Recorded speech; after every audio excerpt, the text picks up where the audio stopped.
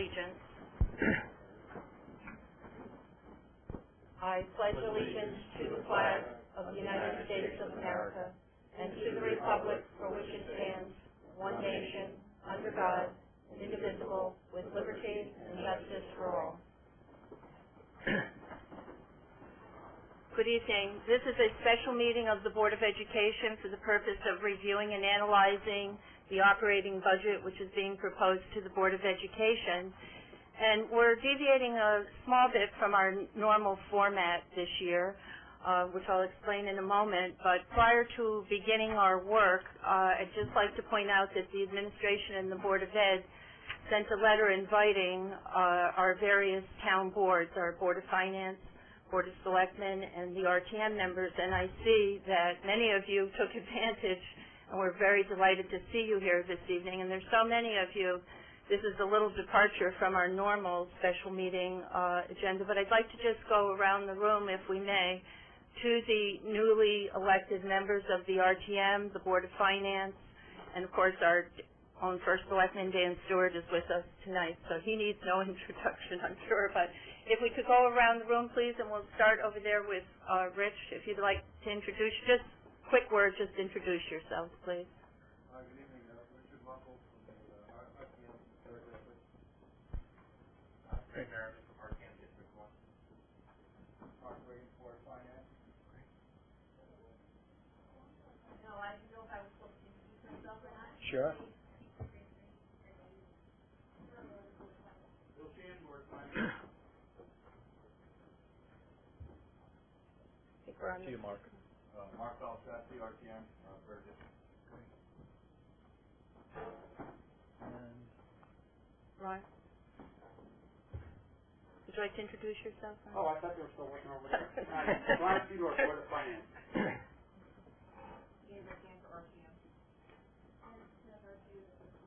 great. Dan Stewart, First Class.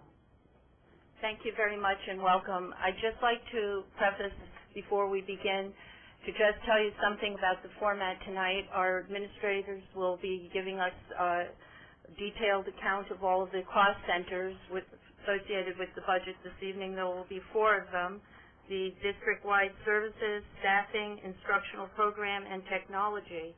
I would kindly ask that you allow the Board of Education to deliberate and to analyze each one of these centers, and then we will plan to reserve a good half an hour at the end of the meeting for all of your comments and questions and any areas that may be of interest to you.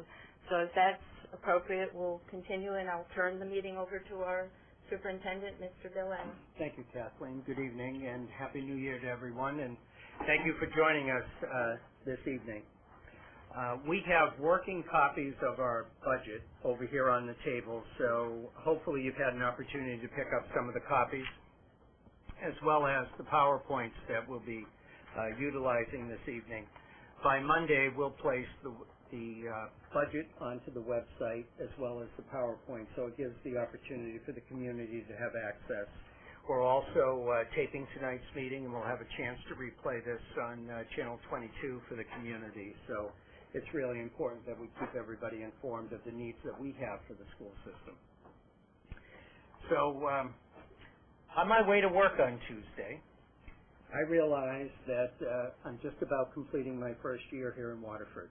So I've started my 12th month, and one of the things that I've recognized during the time that I've been here in Waterford is that this is a school system that is recognized not only throughout our region, but also across the state of Connecticut. And one of the things that stands out about this school district is that there's a real commitment to education, to excellence, and there's a solid investment in the public schools here in Waterford. And one of the things that we need to keep in mind as we develop a fiscal plan for the school system is that there's a return on this investment to the community. We know there is a direct corollary, direct connection to the property values when you have a good school district.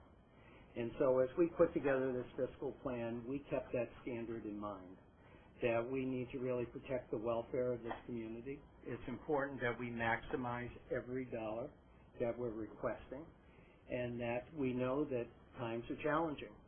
We also know that we have a multitude of needs, and we have a number of costs that are beyond our control. And we'll talk a little bit about that tonight, because in this fiscal plan, there are a couple of areas that are rather volatile. And I make reference to both health insurance as well as energy costs. So as we looked at developing this budget, we view the budget as more than an accounting document. It really needs to be a fiscal plan that highlights the values and what we believe is essential for a successful school district. So that's important. We're also entrusted with millions of dollars. It's important that we are good stewards and that we're very prudent in our spending. So we really use as a guidepost in presenting this fiscal plan to the Board of Education those guiding principles. We have a tradition of excellence. We need to understand the economic times and be fiscally prudent. We also need to put forward here the needs.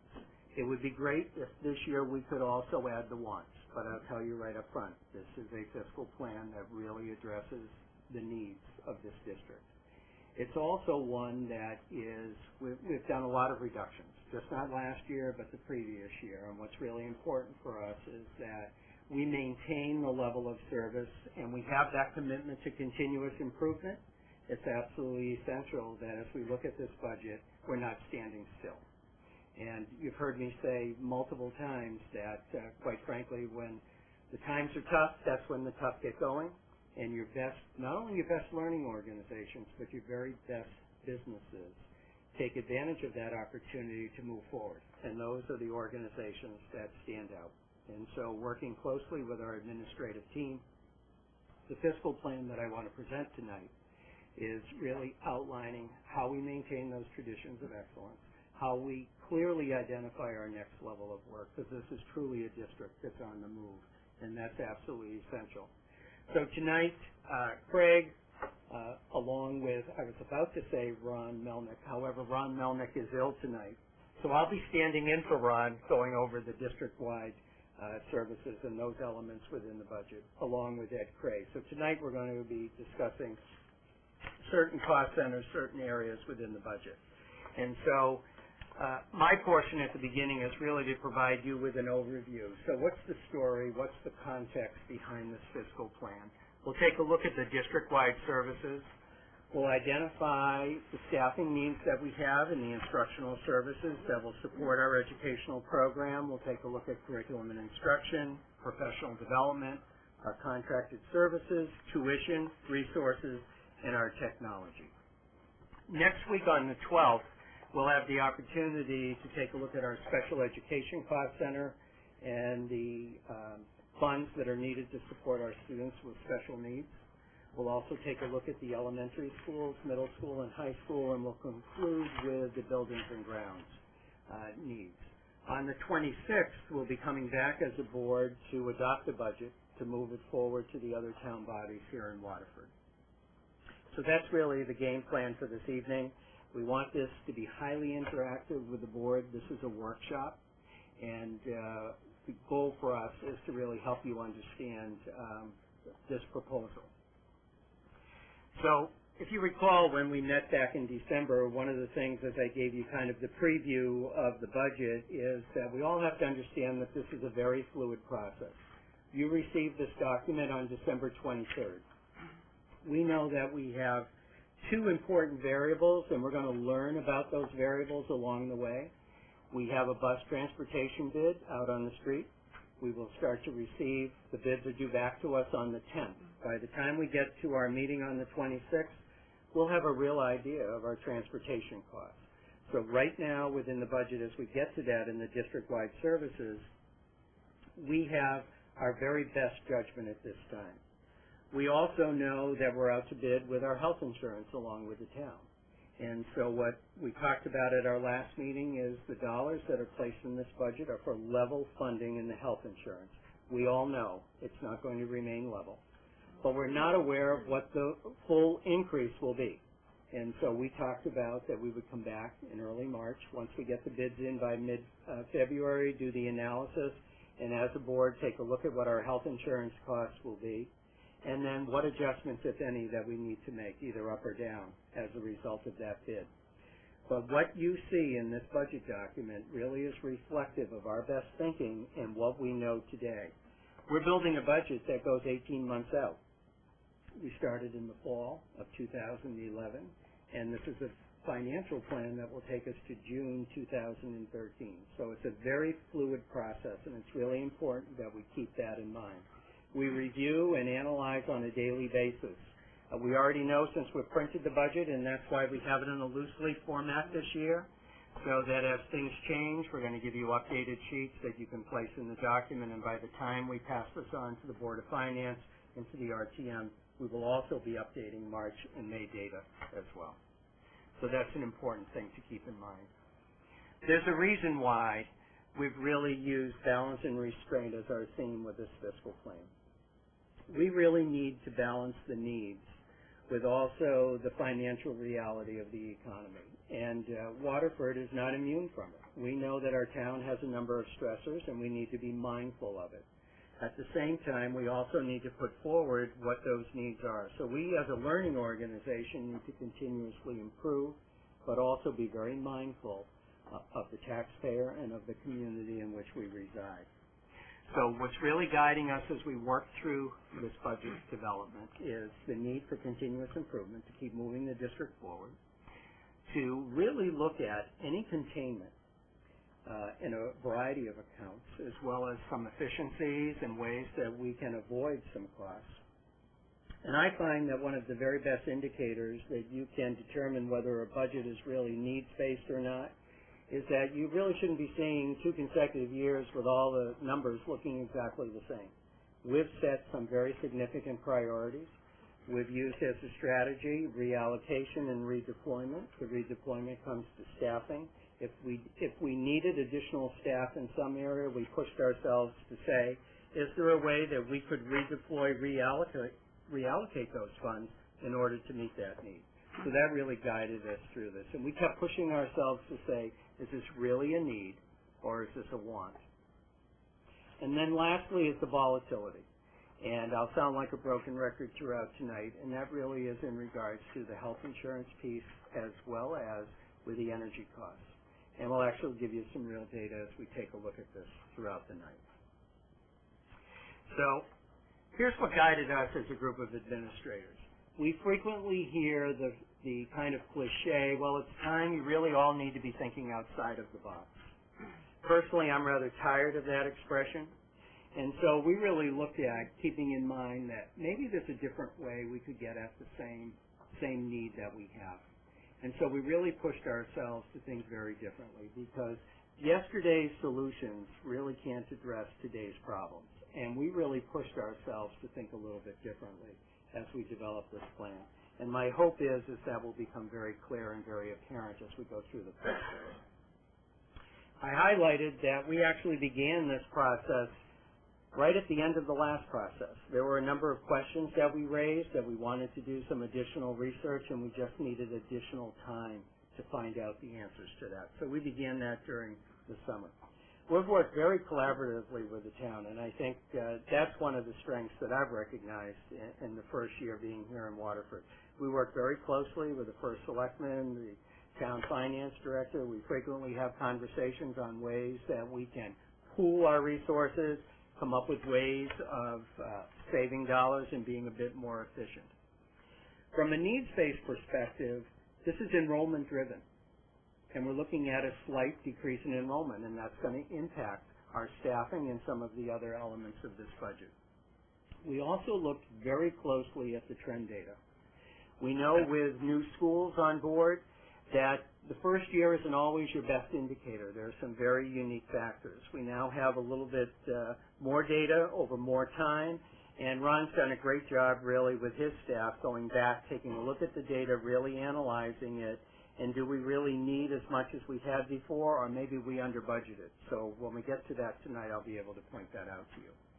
We've also been engaged in a great deal of competitive bidding, and that's an important piece.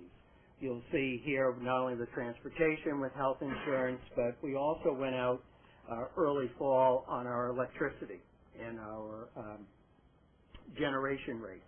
And you'll see within this budget that the electricity accounts are going to be reduced by nearly $54,000. We have a much better rate. We joined a co-op and went out to bid, and we'll continue to do that in a number of areas and reallocate and redeploy our two phrases throughout this budget. We also tried to bring this budget development to the very lowest level. So we've tried to be very inclusive, having folks that are responsible for certain areas in the budget really have their fingerprints throughout the budget. We went through a 2-day review as a full administrative team. We shared our thoughts. We pushed each other's thinking.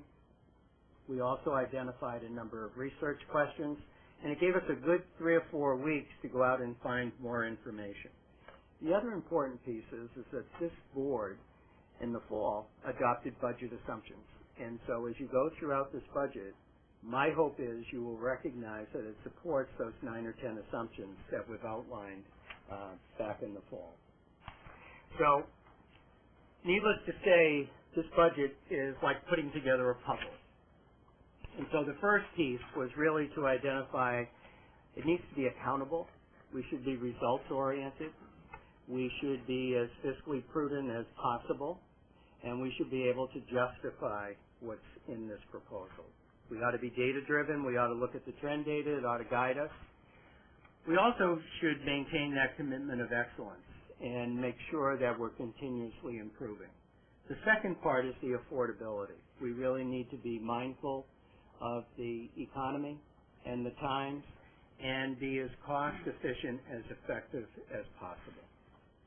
The next piece deals with collaboration and communication. The communication piece is with the board around the assumptions.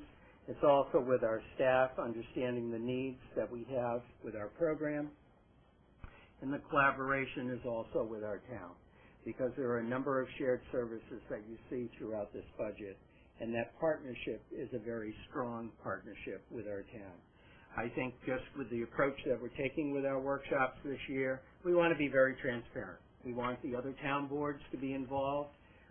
We're filming the meetings, we're making all of the documents available, and all ideas are good ideas. We hope that you push us with questions, because it's only going to strengthen our thinking and make sure that we have a good fiscal plan in front of you. And last but not least, it's really predictability. There should be no surprises in this budget. If we're really building this on the assumptions in our next level of work, we've been having those conversations and we've been working towards that throughout the past year. So that's very, very important.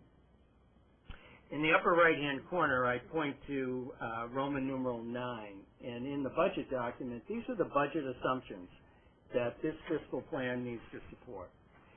We needed to make sure as we developed this plan that we've really looked at cost efficiencies, containments, avoidance opportunities. So as a couple of examples, insurance, energy, regionalization, and transportation.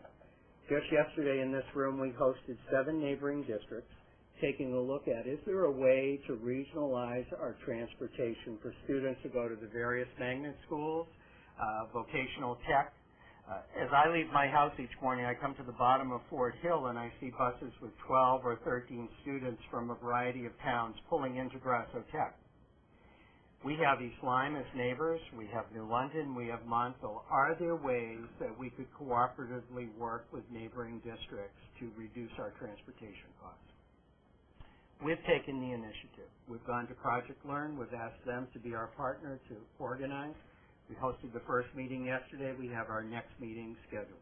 It's possible we may be able to do something, at least in a small scale, for next year. If not, we've laid the groundwork for the future.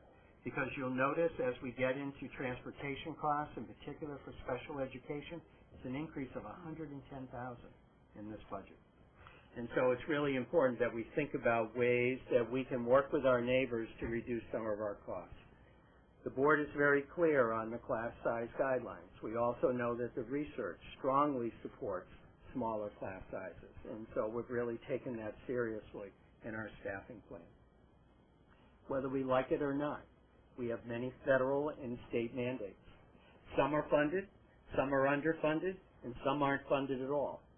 Yet they need to be included in this budget, and we've addressed each and every one of them. We also, as a learning organization, need to be sure that we continue to improve, and so your professional development and your curriculum renewal. Our technology plan, we're mandated by the state. We have a new plan that will go before the state, and as Ed talks tonight, it's year one, phase one of our new 3-year plan. Also, we have to be mindful of our contractual obligations with our various bargaining groups. We have 6 bargaining groups, and we need to honor those agreements. The strategy employed, it's need-based and data-driven. Our special education program needs need to be set front and center within this budget. We also looked very closely at our grant funding, and so looking at excess costs that we receive once we go beyond 4.5 times the per pupil expenditure for educating any of our special education students, we've factored in an 80 cents on every dollar we spend reimbursement. So we've built that into the budget. And then we also looked at the other grants, and part of tonight we'll go over the revenue and the income that we anticipate in this upcoming year. But we're looking at funding those at current levels. So that's all the background that we needed to keep in mind. So let's get right to it. We're looking at right now in front of you, and it's important that you recognize there are 3 asterisks up there. Because the only item that we don't have listed in this budget beyond level funding, so the $6.4 million that we're spending this year for health insurance, it's in this budget. But everything else that we feel we need at this point in time represents a 1.06% increase, or $454,426 over the current level of funding. And so that's important that we keep that in mind. And just kind of as a guidepost, realize that every percentage increase in our budget this year represents $429,000. So that's an important thing for us to use as a guidepost. Last month when we met, I identified the drivers in this budget. And so here are the areas that are increasing in this fiscal plan. Healthcare to be determined. I wish I could tell you it's going to be reduced, but we anticipate it will be increased. We just don't know how much at this time. Our certified salary account, you'll notice that this is much lower than it has been, and that's due to the contractual negotiations that we've been engaged in. And that's for every staffing position that we're anticipating for next year. We have over $240,000 of lost income or revenue that we needed to account for in this budget. Our contracted services are up $167,000, and we'll get into what those are. Sick leave payout and retirement incentive up there. If you recall last year, as we were anticipating having some funds remaining at the end of the year, we talked to the board and then the Board of Finance, and we shared it with the RTM, that we would like to utilize those funds before July 1 to meet those contractual obligations. So as you look in this year's budget, you see zeros. We now know we have 8 retirements planned for next year. So these are the contractual obligations that we need to address. Our special ed transportation, as I mentioned, is a significant increase. But Kathy and our staff have done a great job. Every single student that we know as of right now that will be with us next year has been budgeted for exactly what their transportation costs will be.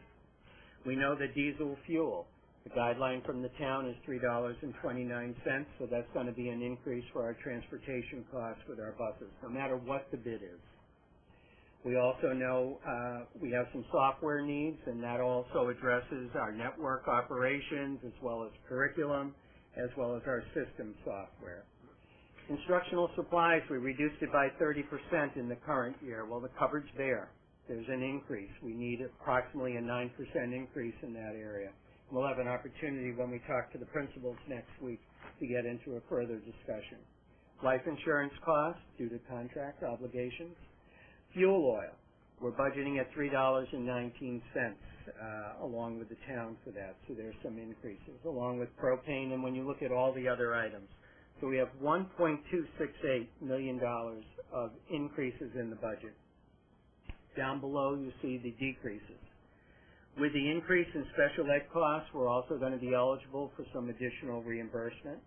With our 8 retirees, we'll be able to, with our 8 retirees, we'll have some turnover savings. As folks are retiring at a higher salary, we'll be rehiring staff at a lesser salary. Ron and his staff has looked at every single individual and what the FICA cost will be, and we're able to reduce that line. I talked about the electricity bid. This year is an anomaly. We're negotiating 5 contracts.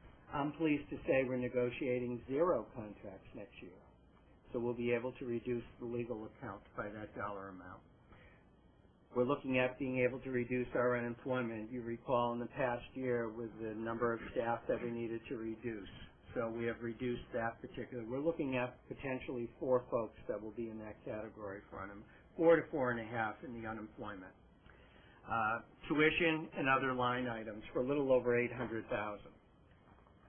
So when you look at the budget, because we are a people-driven organization providing services to students, the vast majority of this budget goes to the salaries and the benefits. And when you look at this breakdown, you're looking at transportation at 5.73%, our building and maintenance just over 4%. Look at equipment, only at 0.3%.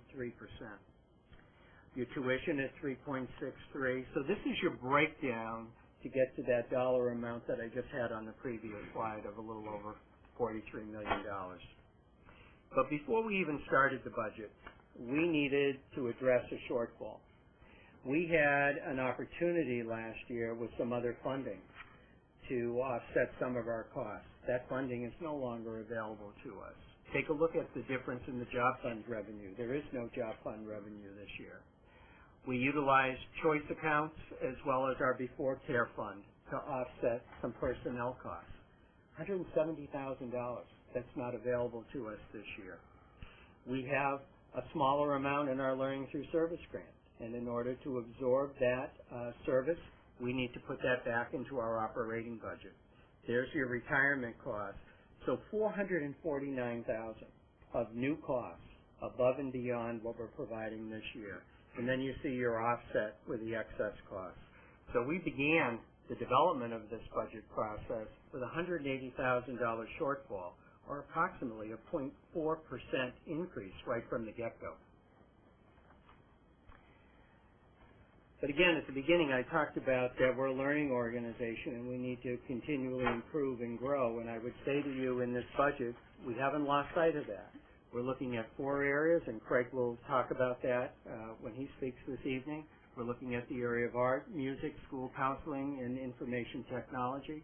We also are underway with our renewal of the math curriculum, and so this will complete the textbook purchase for that particular area. These are the areas that we still need to do additional research, and my hope is by the time we get to Board of Finance and RTM, this becomes a little bit clearer. The health insurance bid, our transportation bid, we'll know by the end of this month.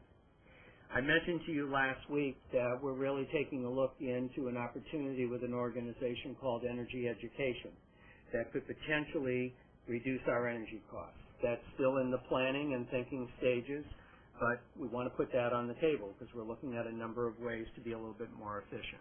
We still need to resolve 4 labor contracts, and we have some significant increases in our special education costs, our magnet school costs, students who have special education needs being able to provide services, our transportation, as well as our autism services.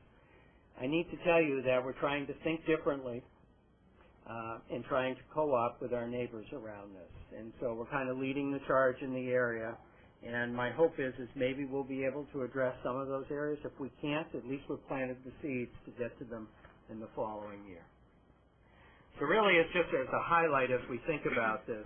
So what will the additional 1.06% give us? Well, it's going to help us support our continuous improvement efforts. We have a literacy initiative that is fully underway this year. We're going to be able to take it to the next step. We'll be able to update our mathematics curriculum and provide resources. We want to continue the good work we're doing with our staff training as well as in the area of curriculum development, keeping in mind we renew each curriculum on a 7-year cycle. That's a long period of time in between. We need to stay with it. Did I miss it? The other piece that we need to do is make sure that we have reasonable class sizes in this budget, and I believe we're proposing reasonable class sizes with adequate staffing. We've redeployed existing staff in order to meet some of the pressing staffing needs that we have, and that's important. It also meets the needs of our diverse learners. We have a number of students that we have extended year services for, called summer school. We address that during our contract negotiations so we can be sure we can fully staff, which actually saves us money by providing those services here in town. We're also looking at expanding and enhancing our intervention services in the area of mathematics for our students. And also, Craig will be talking about how we can address some of the gifted services that we reduced in the past budget. We really have had some additional time to take a look at it and to get back to these two areas. And then Ed tonight will be talking about the technology initiative that we have. So just to kind of summarize some of the containment efforts that you will see within this budget, it's really the bid process, the consortium that we belong to really help with our purchasing of supplies. It has saved us some money. The redeployment of existing staff, looking at regional transportation options, energy education, conservation approaches. And this is really to address the priority that the board set to really achieve some cost efficiencies in this fiscal plan. I started by talking about that this is a district that I've come to realize is on the move, that's doing very good work. And so it's important that we continue to stay on the move.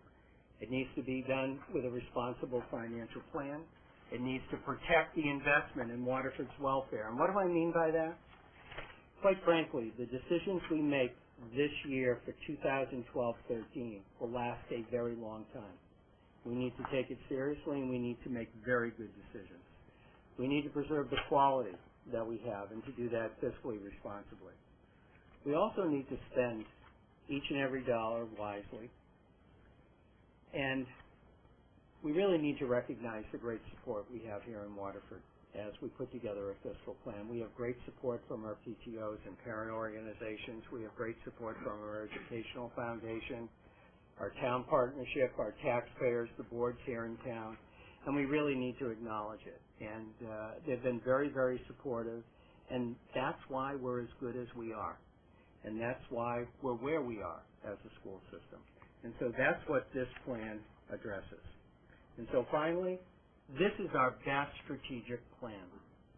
Looking ahead to the new fiscal year, 12-13, looking at all of the trend data, looking at the research that we've done, and really the best practices in our field. And our job in developing this budget was to really give you a budget that was fiscally responsible. So before I move to district services, I was hoping Ron would follow me, so I'm going to take a drink of water. What? Do we want to pause for a moment and ask Sure. the board with the overview, because we'll come back to the specifics as we go through each one of the presentations, but just so we don't miss out on any piece here. Do any board members have any questions on just the overview, the general overview at this point? If not, I do have one question I'd like to ask. On the revenue that you mentioned, the grant monies coming in, there's a reduction of approximately $250,000, but how accurate is that at this point? Is that a fairly good estimate, or can we expect that to be fluid as well? I would say no. It's pretty accurate. It's not going to be that fluid. I mean, the Ed Job Fund money, that's gone. But the Choice Fund money, you had that in the bank. You spent that a year ago. The Before Care money, you spent that. And that was the accumulation over a number of years in an internal services account. So that's really those dollars. It was there for a one-time spend, and they've been depleted. John? Can you add a little clarification for the 80% assumption on excess force grant? Well, before we came up with the 80%,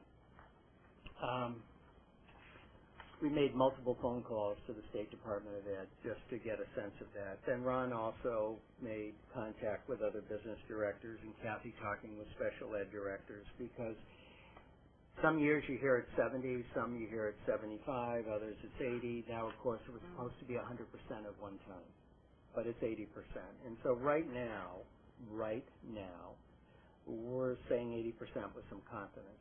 It's possible it could be a little bit less. It's also possible it could be a little bit higher. Here's the toughest part about it. You really don't find out the final number till almost May.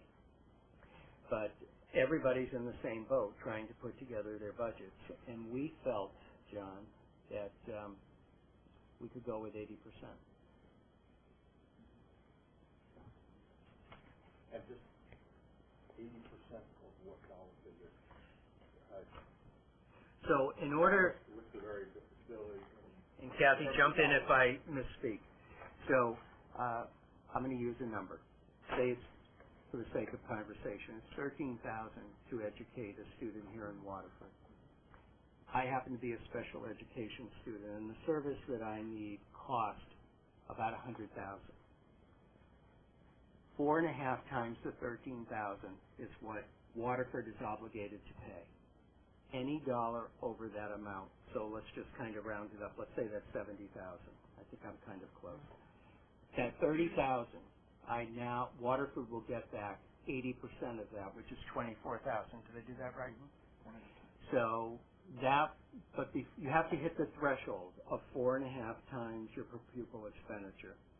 Kathy and her staff have looked at every single student that we know will hit that threshold, and we've budgeted accordingly. How many students is that?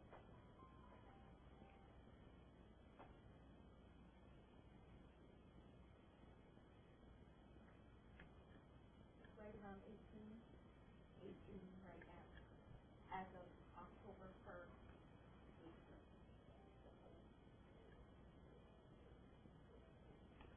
So those are some significant costs.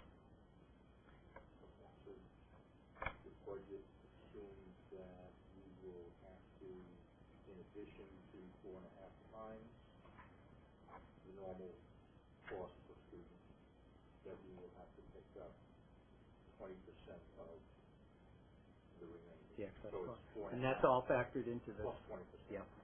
And that's all factored into this budget. Okay. Thank you. Sherry?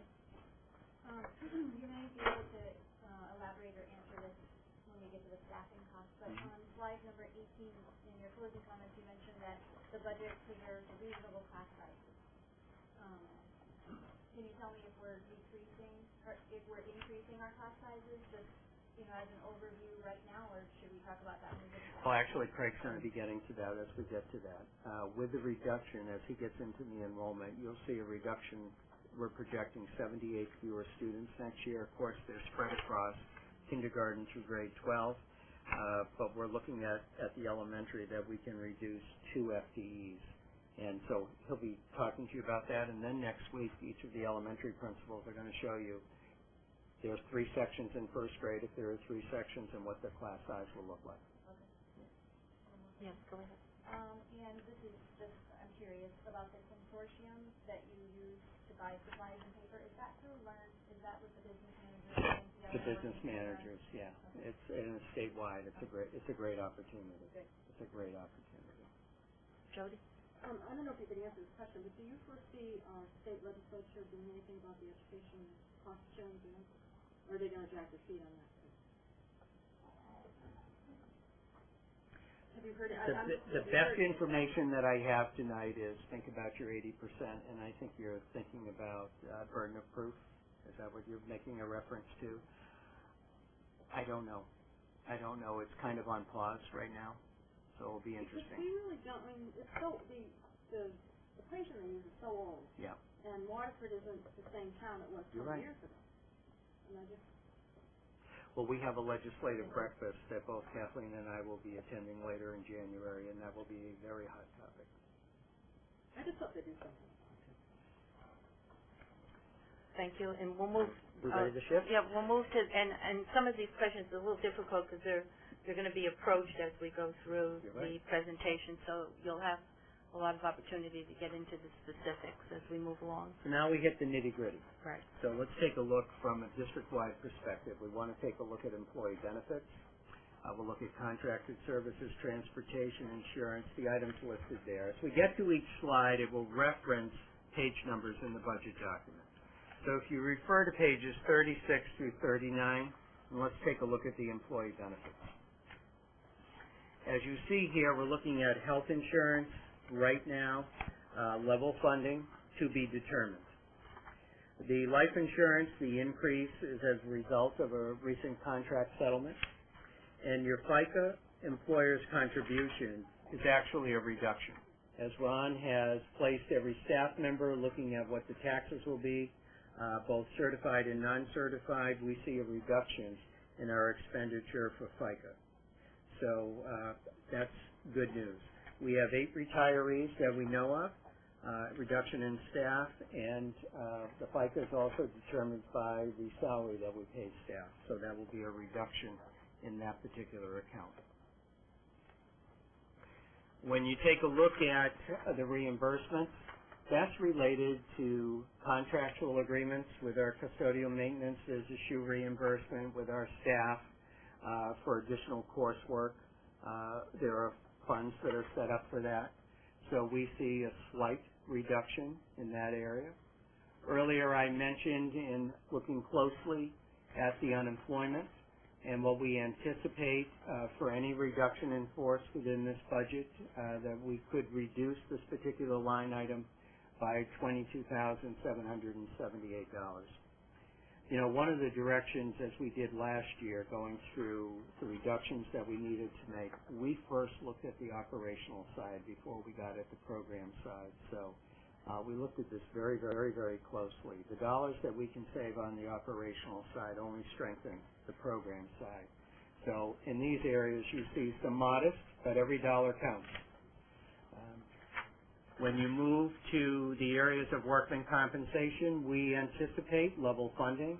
The trend data tells us we should have a flat cost in that area.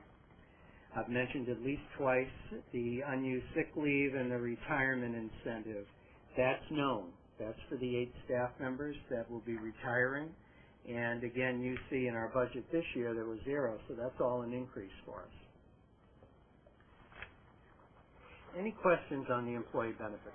FICA, are we assuming 6.25 or 4.25, or what do you? You know what?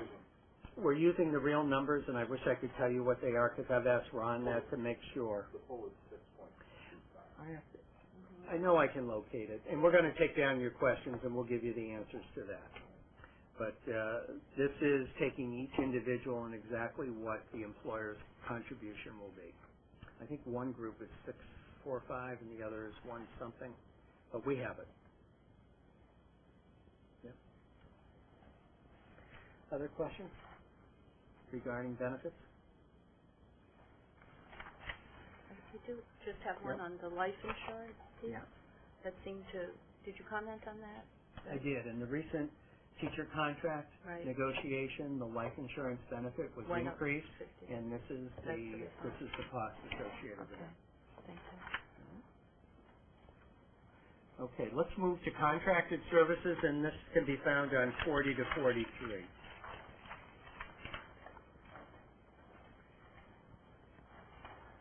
So we have reduced our legal account. And again, that's the savings due to fewer negotiations, 0. You also have the Visiting Nurses Association, and this is reflective of the new contract, which also has the nurses' aides included in the time frame at our 3 elementary schools for that. So you have a slight increase of $14,000 in that area. So that gives you kind of a review there in the contracted services. Other questions you might have. Now, when Craig gets to professional development and curriculum development, that will be specific to program. I just have a question about the mandated health services at the Waterford Country Schools. Do we supply a nurse there? Or Yeah, we do? we do. And when you turn the back page, you can see the cost associated with that. We do. Kathy? Yeah, we are. You see that, yeah? We are. And then our medical advisor, Yeah, our medical advisor, knowing that we were going through tough financial times, did not take the full stipend for medical advisor. We have now put it back at the stipend that we've agreed to. And that's why you see the increase. I think it was 2,000 to 8,000. Yeah. what do we use them for this year? If there is an anomaly of sick children in the school, if you will, an outbreak, we consult the medical advisor.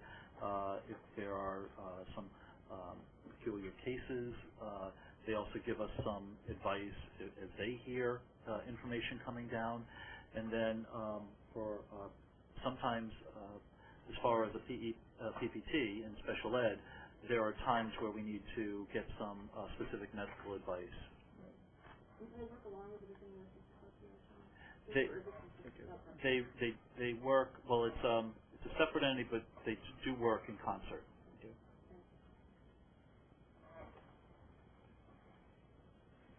Any other questions? Craig will be presenting to us, but can we, about the professional development piece, that we have that stable at the 30,000. I was thinking, I think it's going to be very important that the board really continue to increase the professional development, particularly with what we're talking about within the budget, all of the variances that we're having with school class size and with reduction. And I think it's more and more, I think it becomes even more imperative that we give our teachers the appropriate and necessary professional development so that they can handle some of the changes that we're facing. And I know there was an excellent presentation this past session on professional development, and we learned a lot and saw a lot that was taking place, but is this adequate, is my question. Because it did drop from the 20, from back 2 years ago, and I know we're doing a lot of regionalization with best practices and all of that, but could you just comment a little, or is that going to come up in your presentation? That'll be part of mine. I can Go right ahead. So, as far as professional development, we have level funded it, and we're looking at the regionalization, which there's some cost savings, so we can get some high quality professional development internally with the PLCs, and having our department heads and curriculum leaders help in some of the professional development that is also sort of contains some of the costs. The professional development, there is some funds in our Title I money, which also complements that. Together with both the federal grants and the Board of Ed funds, I think this is a safe amount. Okay, it doesn't reduce any of the time in the professional development piece at all? No. Okay, thank you. Okay, so, right? Transportation. So if you take a look with transportation 44 to 46. So currently out to bid, and we're anticipating a slight increase.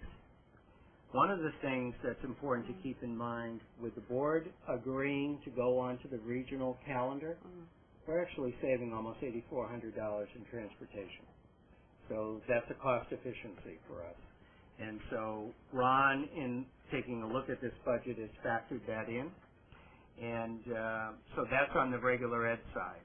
On the special ed side, again, Kathy and her staff have looked at where any of the students that require out-of-district services and what the actual transportation costs will be. So we're looking at a significant increase in that particular area of $110,000.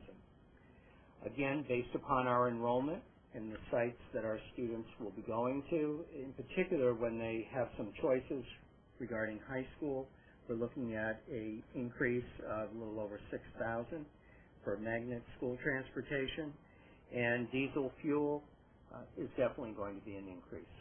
We've budgeted that at $329 in this budget.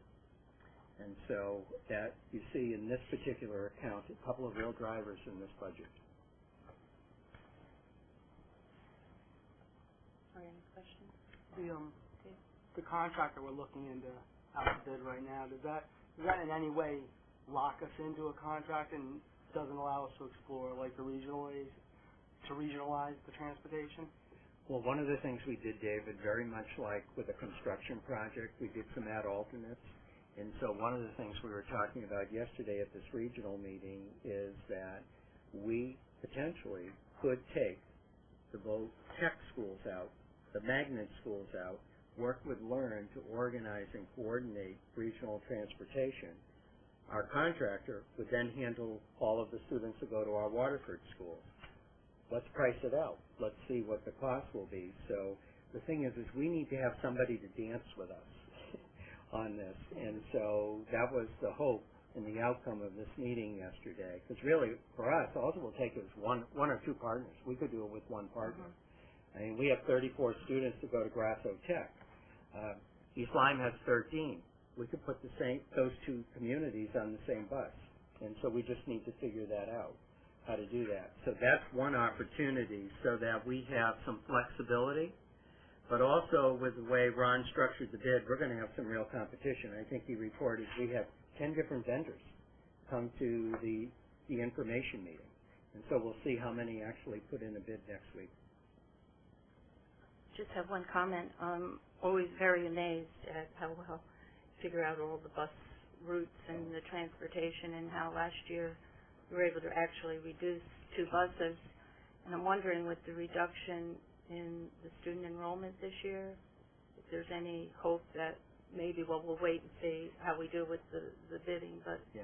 And I'm thinking of that only because of some of the other areas in the budget. If we can offset and save money, transportation, we might be able to use that in some of the other areas that we're cutting back. That may be a possibility with. It might be. I think when Craig shows you where the enrollment decreases, you're talking about 11 students at Oswegatchie. And they ride multiple buses. And so, we've done the rerouting. We've increased the capacity, the number of riders on the buses, to reduce those 2 in this past budget. Some of our students are on the buses a little bit longer, but that was one of the tough decisions we needed to make last year. Thank you. Okay, let's take a look at, I guess, what we call regular insurance. And so looking at fire, property, liability, and student activity. We have level funding. A year ago, we went to bid, and we've locked in for 3 years. So we're looking at status quo for fire, property insurance, and liability. The other insurance relates to student activity connected to athletics and special programs. We'll have a figure back in the spring, but we're anticipating that we could do this with level funding. That's one area that has increased in the last 2 budgets due to some previous injuries on the part of students. But we feel pretty confident that we could look at level funding there. The other 2 areas were locked in through a competitive bid last year. Excuse me, when did you say you'll know the liability insurance? For the students, springtime. We tried to push them for an earlier, but it's spring.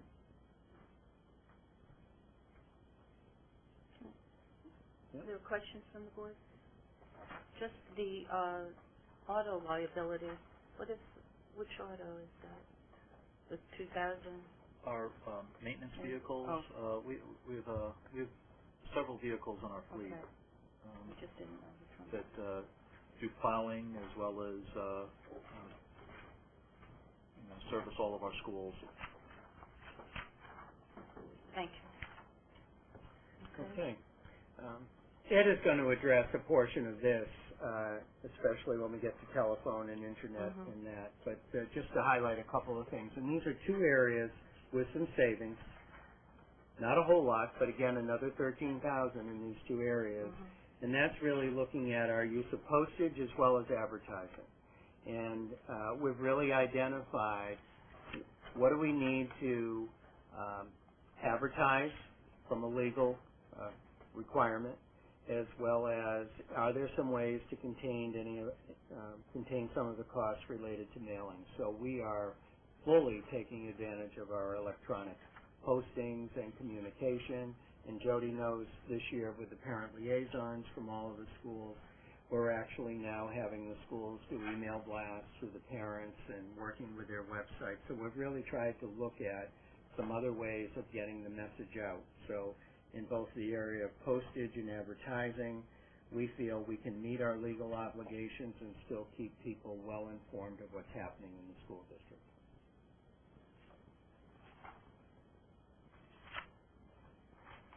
Questions? May I just ask, could you just explain, or someone to, because we do have a new board, the E-rate and how we save on the E-rate with the service? I'm going to turn to Ed.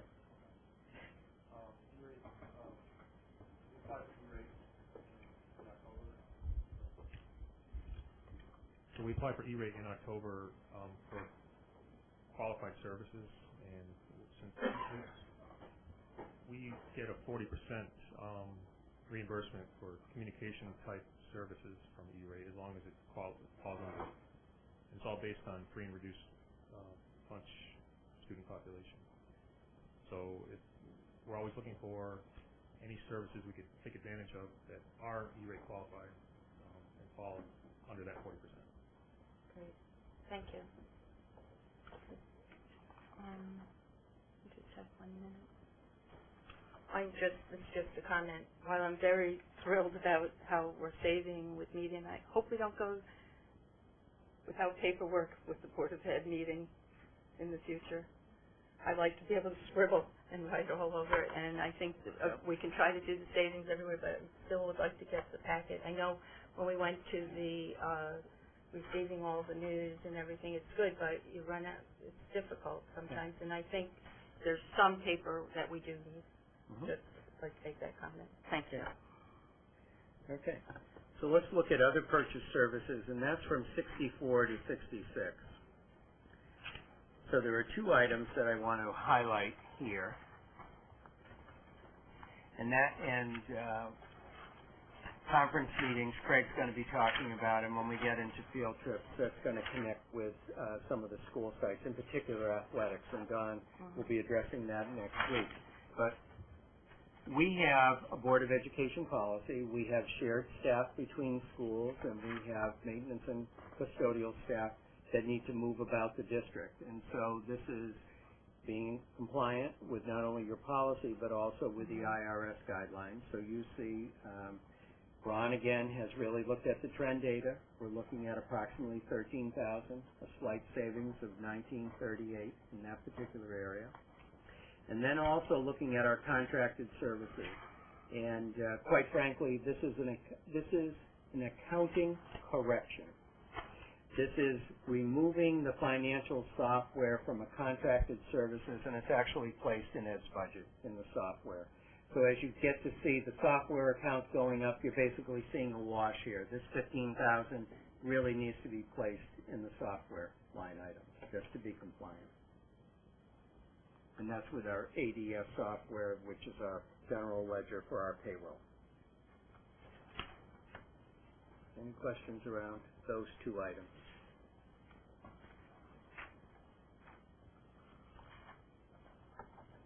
Let's make the shift to utilities. No, that's fine. Let's make the shift to utilities, because this is a volatile area, and it's something that we're also looking at moving into a new high school in mid-year.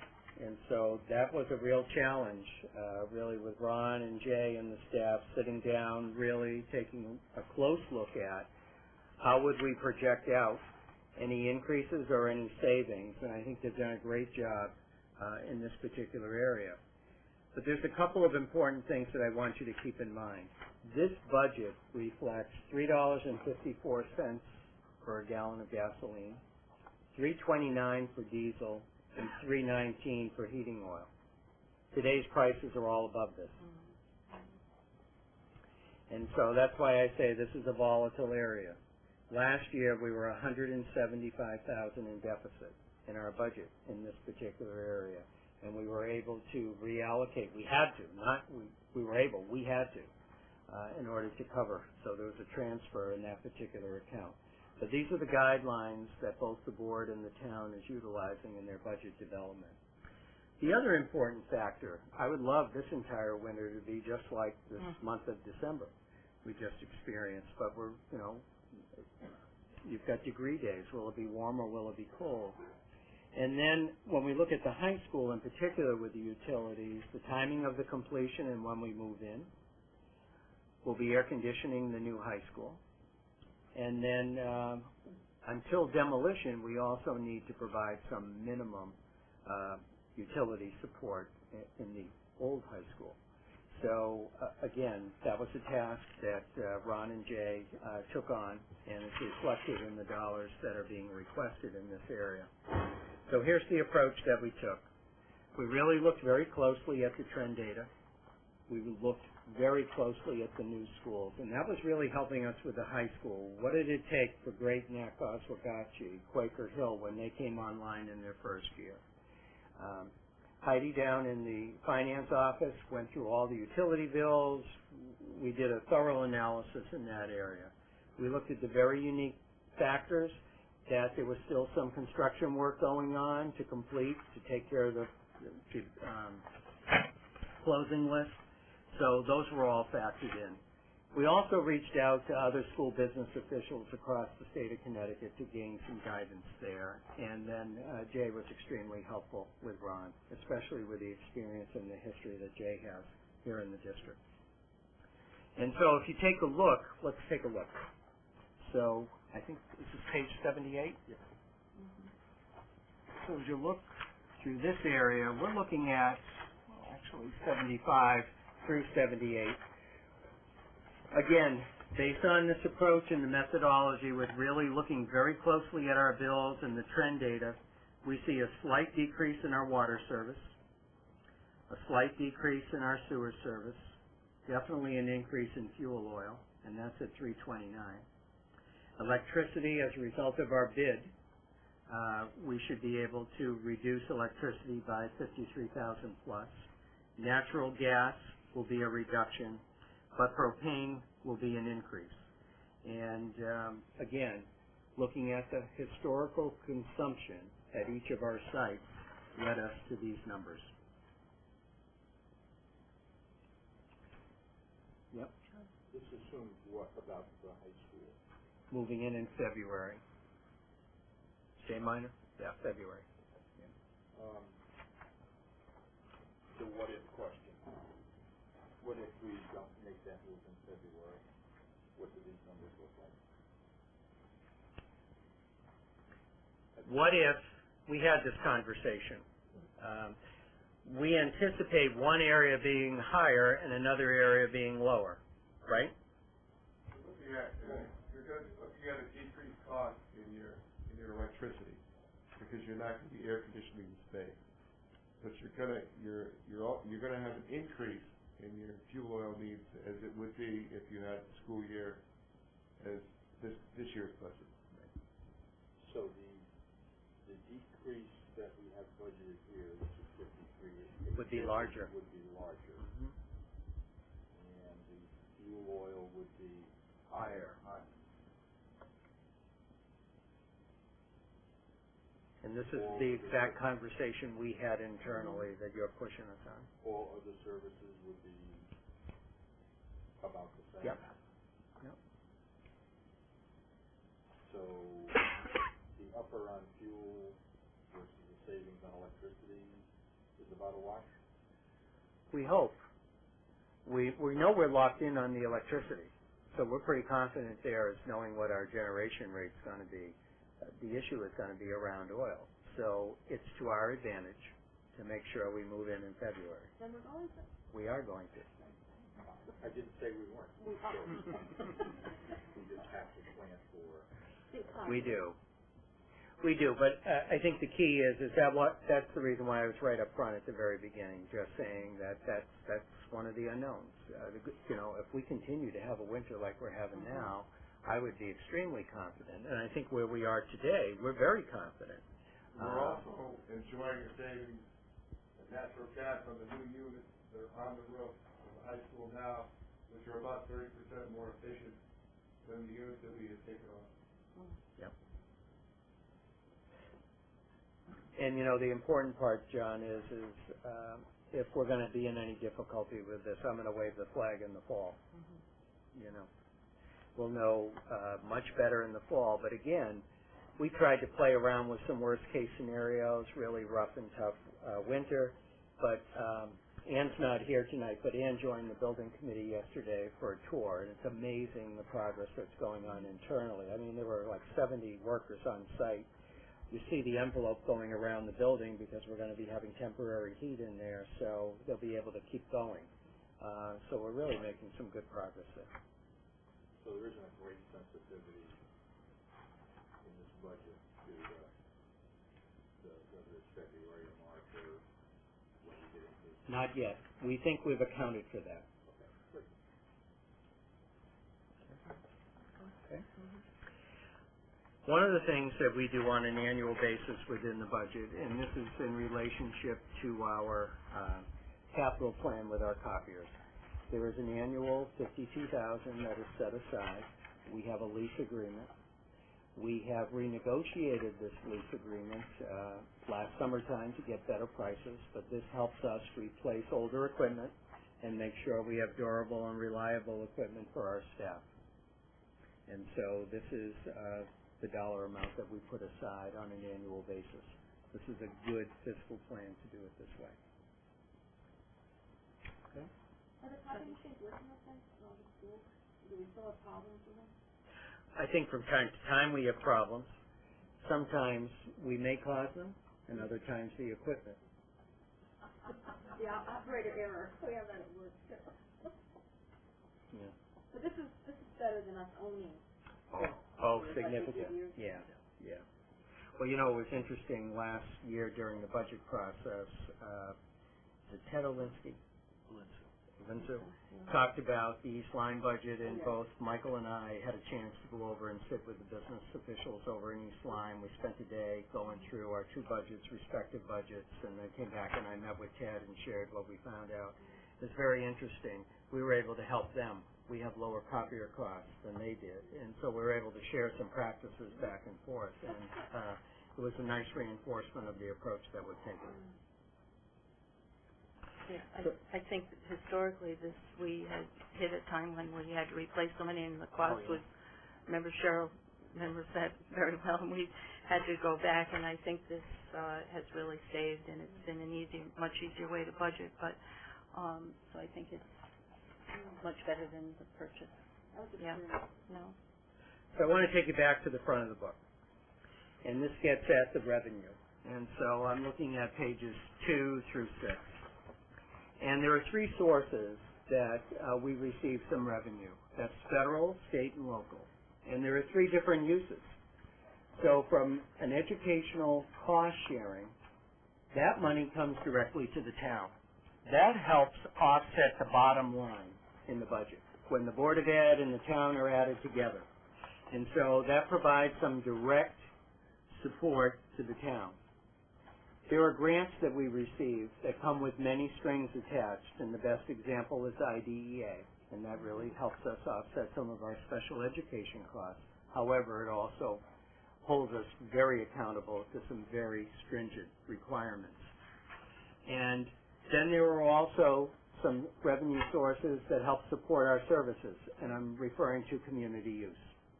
And so as you take a look here, you'll notice that the revenue, we're anticipating revenue increasing by $27,000 to a level of $2.5 million plus.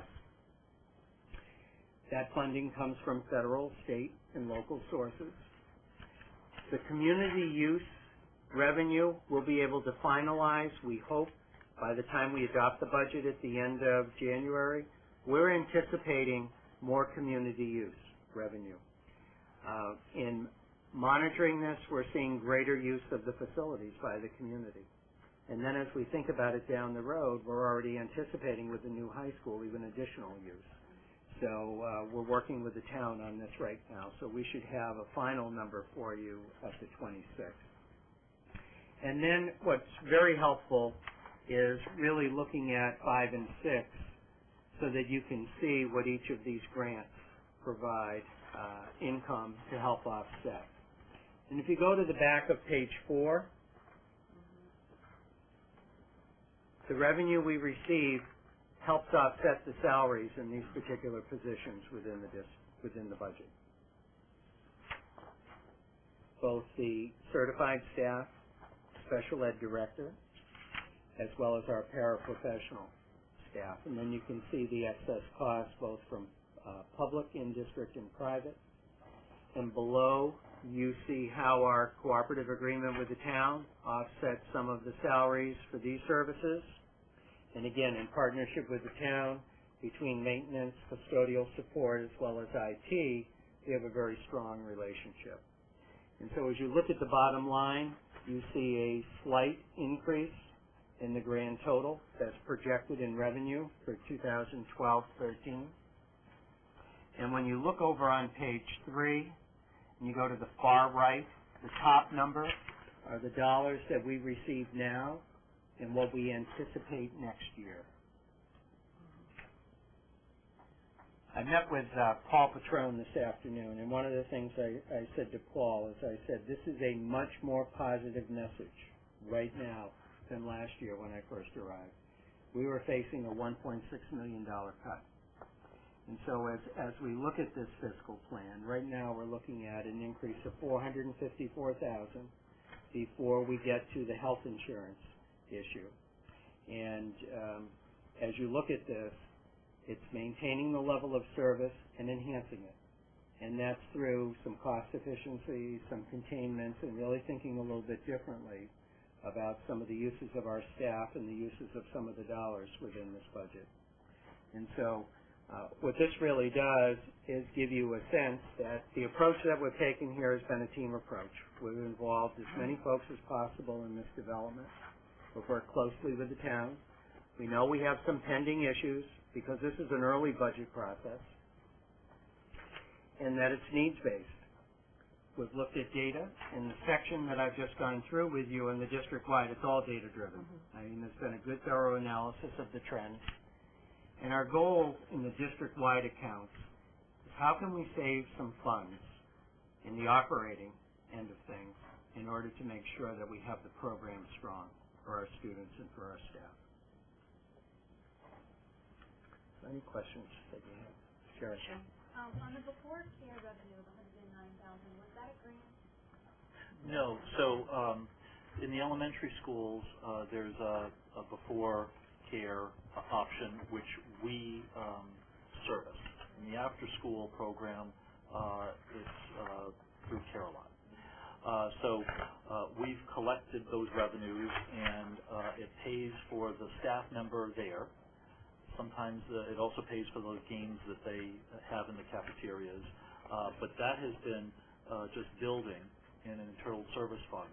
And when we were hard-pressed to face the cut that we did last year, we looked at every avenue before we had to cut staff, and we really drained all that funds to try to stave off some of the impact of last year. So you're looking at basically over a decade of sort of growth in the before care that we just took away in one year. So going forward, that will slowly build up in an internal service account, and we could, in a couple years, use that to offset the budget. So it's not reflected in this revenue? No. Because it goes into an internal service account. Right. It's not offsetting any costs in this budget. So we're not doing away with it or changing it, it's still there? That's correct. Other questions before we move on? I'm hoping, as a number of us are, that we'll be able to add a line to this. That was not in my notes, but we're hoping that we will be able to have some additional revenue from some other sources before we finish this budget. Such as gifts. Yeah. That we finalized our policy work, so Good. We should hopefully be there. I think we'll. Oh, excuse me, Judge. No, I just have a question about the adult ed. That the $14,252 we received, or $14,109. Do we give that to New London? We do. Offset our top. Okay. Yeah, we do. Yeah. And the adult ed program that was mentioned here, though, it said there were 520 participants. Now that's also for the enrichment. That's correct. Okay, but people pay for those, right? Is that It does, but it does offset, and I'll be speaking about that, but if Oh, okay, you, you can wait something. Yeah, Okay. it does defray the I cost. can give you a little more detail of how many students we service. And just something to remember, can we know about the adult ed graduation Sure. in New London this year? Because some of us would like to go, and Sure. we didn't know about it the last couple of years. We have students, we have children from Waterford that have graduated. Sure. Thank you. Well, I am very pleased to turn the microphone over to Craig Powers. Well, thank you. As Kathleen alluded to earlier, when we talk about curriculum and professional development, that's really the R&D of our organization. And it's the essential lifeline that helps us move as a district to that next level. Waterford Public Schools is committed to this continuous improvement. We continue to embed 21st century skills into all our curriculum areas. We also need to be mindful to prepare for the 2015 new national standard called the Common Core Curriculum, where there'll be a whole new assessment system. We also need to focus more strategically in the area of college and career readiness, and that's why you'll see school counseling as one of the areas of curricular revision this summer. So before I begin, I'd like to just sort of take a moment to really highlight a couple areas where I think we can all be very proud of how our current fiscal plan has really enhanced the district. And that's, as I mentioned about the Common Core, we're undertaking a K-12 math revision. We're aligning it to the National Common Core State Standards, and we hope to bring this to you this spring, and where this operating budget has phase 1 of the textbook money. We'll be looking for phase 2 in this next operating budget. Also, the World Language continues to work with a consultant to work on pacing guides and common formative assessments. As you know, we brought World Language for our curriculum revision last year, but even though it was done on that long 7-year cycle, it continues to be enhanced. Over the summer, the administrators all participated in a change leadership workshop over several days, facilitated by someone from Harvard, which has really helped increase our administrative leadership capacity. Instructional rounds, professional development, has been provided to all the administrators and our core department heads and core curriculum leaders. And as a result, every school this year will have an instructional rounds time where we'll be looking at the quality of instruction and how we can enhance it internally with our own staff. And finally, the regional PD has really allowed us to focus professional development on those core groups while providing professional development for all of our unified arts and special ed, and we've also offered professional development for our paraprofessionals. So really trying to have all of our staff learn. And finally, adult learning happens in sort of small doses over lots of repetitions, and so our weekly PLC time, our professional learning time, where teachers get together and continue to enhance their own core areas or departments or grade levels, continue to happen. And that's led by our own staff, our department heads and our curriculum leaders. So I'd like to focus on the instructional services, and that's referenced on pages 18 to 29 of our budget book. We are a service organization, which are people dependent, and so when we talk about instructional services, we're really talking about the administration, the teachers, and our instructional tutors. Sherry had mentioned about class size guidelines, and as you see back in the fall when Jerry presented the budget assumptions, one of them was the class size guidelines, where we'd have our primary class size ranges 15 to 20, our upper elementary 18 to 24, and our secondary 22 to 26. And the staffing enrollments that we have now and we're projecting really meet those class size guidelines. So they're similar to this year's. The enrollment, which is really, you'll see in the budget book on page 101, we have a modest decline, basically, at each of our 5 schools. As an administrative team, we've reviewed these enrollment figures, and based upon what we know today, we're able to reduce 2 FTEs in the elementary level. As you recall, this summer, because this is a fluid process, as enrollment changes, we had to add a section, and we notified the board and did that. So what we're basing on is what we know for today as we project forward. Next week, each of the elementary principals will be reviewing each of their class sizes and each of their grade levels. And at the secondary level, when we see a redeployment of staff, we have a 6 through 12 literacy specialist, which is a new position, and we're going to be funding that through some redeployment of some Waterford High staff. This means that through the retirements and through the allowances made in our new contract by having smaller classes continue with maybe an extra teaching period, we can achieve that. And if there are any questions at all, just please stop. I'd just like to, if I may comment on that, I was very pleased to see that we could save some of the classes with very small numbers, like the more language and French and Spanish, but there were also some of the math and upper classes, so that's wonderful that that contract allowed for the teacher to do that, to save those programs. Thank you. I think it's a win-win. Yeah.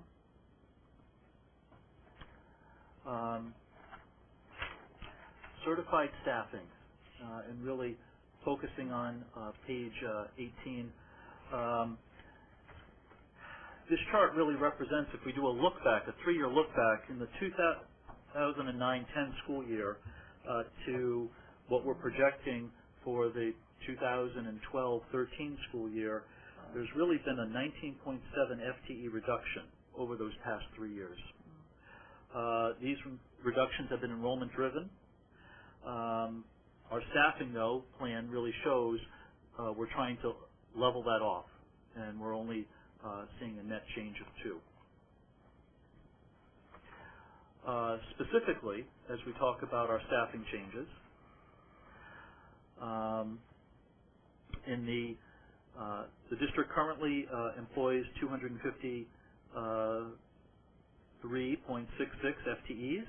In our budget book of last year, we showed 252.93, and again in that fluid process to catch you up from a year ago's budget book to this year, we had added in early summer kindergarten at Oswegatchie. Through a vacancy, we are able to reduce speech pathologist time by half. We had to add a little bit of resource time to Clark Lane and a very small amount of physical education time to Quaker Hill, which shows that our actual FTE count is 253.66, minus 2 for next year, showing that we're looking at a 251.66 FTE. Questions? Jody? The 2 positions that we're going to, we won't need, for the teachers that have those classrooms, are we going to have them teach in another class? Or? Well, when we talk about staffing, it's a little more complicated than that because, as you also recall, you've accepted several leaves of absences of staff. Some have already written to us that they're coming back, so we have to prepare for some leave of absence returns. We know that we're reducing some, and to date we have 8 retirements, but by the end of the year, we're not sure, do we have maternity leaves, do we have leaves of absences, do we have other retirements. So it's really hard to determine who's in, who's out, and as far as who's teaching what grade, the principals really help shape that. thought they had to notify us from the first of their to receive an early retirement incentive, but that doesn't preclude them from abdicating that incentive and still retire. And if you recall, last year as we went through the spring season, we had one resignation, we had 2 leaves of absence. Well, actually, we had 3 leaves of absence. And we had some partial leaves due to maternity. And again, where we are, we're in January. There's still other things that could occur. Chris, could you just clarify what you said about the speech pathology with the vacancy? And it was reduced by a half, right? Yep, it was through looking at the needs of service hours, and really it was enrollment driven, it was service hours driven, and our special ed director recommended that staffing. We know that we needed to add a kindergarten, and as I came back to the board about it, I said our goal in all of this was to spend no new money, and we've had a 1.0 contingency that we built in this current budget in case we had some fluctuation. On redeployment, I mentioned, so we're going to be adding a literacy specialist, grades 6 through 12. This goes along directly with our literacy initiative district-wide. Currently, we have a literacy consultant working with our high school. We think that this literacy focus will be continuing for multiple years, and so by putting someone in there to really help staff in that continuous professional development is critical for 21st century skills, for the Common Core. Very often our secondary teachers are they're masters of the content, so they know the product more than the process. Elementary teachers are all process driven, and so the literacy specialist really will help our secondary teachers with some of these processes. In middle school, TAG, we currently have, as you recall, 2 TAG staff and then 1.15, which is our after-school component of the middle school. We are going to staff, and we can staff in the day with our 2 existing TAG FTEs.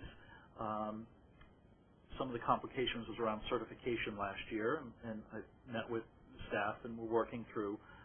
So with 2 FTEs, we are comfortable that we can service the 4 buildings, the 3 elementaries and the middle school, and I've had an initial conversation with Mr. Sachs, our middle school principal, about building that into the school day for the middle school, because that seemed to be the residual concern with our TAG parents.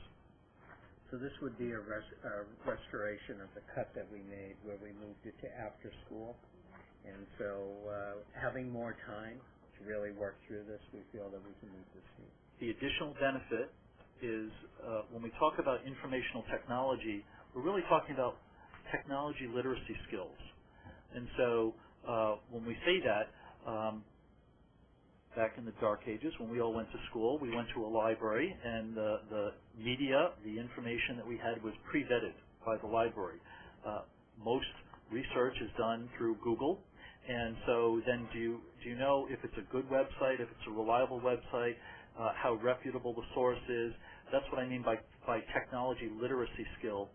And our high school librarian and our middle school computer teacher will really be undertaking a curriculum design on technology literacy called informational technology, and we'll need that computer teacher's time to have more of a push-in approach, educating our middle school children on effective literacy searches on the web. I just need a little more clarification on the TAG piece again, because so we're going how many full-time? We have 2 full-time staff members. Again, last year the complication was on certification. I've met with both staff members. Both staff members are looking to see if they can expand their certification to middle school, and we're in that process. But that won't be taking anything from the The elementary do.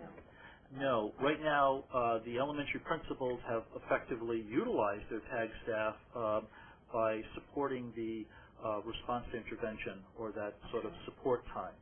So we'll be basically, they'll be losing that extra support time help, but the TAG teachers then can do proper service to middle school TAG. So there'll be no reduction in hours. Okay, that's what I was, thank you. I Sorry, just Jody. I'm really happy that Yeah. you were able to put it back in. It's a big plus. And I'm also glad you're going to do the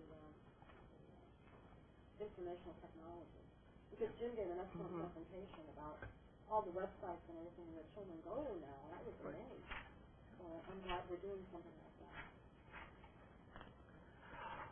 So basically to summarize, and this is really pages 25 through 28 in our budget book, we're looking at flat funding or level staffing in administration, the 2 classroom teachers we talked about, our core academics, unified arts, career and tech ed, increases because of the computer teacher at the middle school. The academic support decreases because that computer teacher was teaching after school TAG, and this is a net result of 2. So when we talk about our largest cost center, which it amounts to 48.69% of our total budget, that line has only increased 1.58%.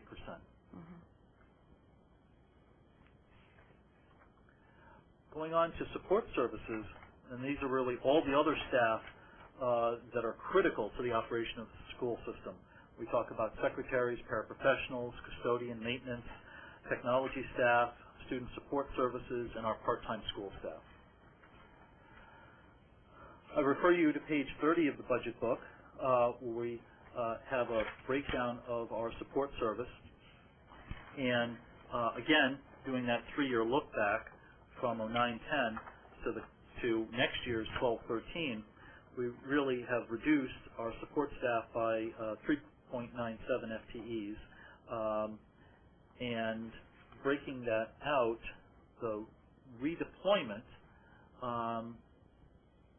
is where we've had in our budget a security position guard at the middle school, and as you recall, that was one of the 2 security people at the high school that was, we transferred one to the middle. There was a vacancy in that position. We looked at it and made a decision. Instead of staffing that position, we really are adding 0.3 FTEs to our learning through service monies, which those monies are lost next year due to a grant, and we want to maintain the current staffing of our learning through service position. And we're adding a little bit of crossing guard time to Clark Lane, which really ameliorates a lot of the security guard needs when we talk about the late bus run. And we had to add just a little bit of paraprofessional time. And so that was a staffing redeployment. So on page 30 of your budget book, to walk through the staffing changes, in the 11-12 budget book, we had 149.44 FTEs. We've reduced 0.39 playground aid FTE. We've added a little crossing guard. We've added through Board of Ed funds, learning through service. We've added a little paraprofessional. And so our FTE count would be 149.53, but we've reduced out of the budget one security person. And so for next year, we're looking at a FTE count of 148.53.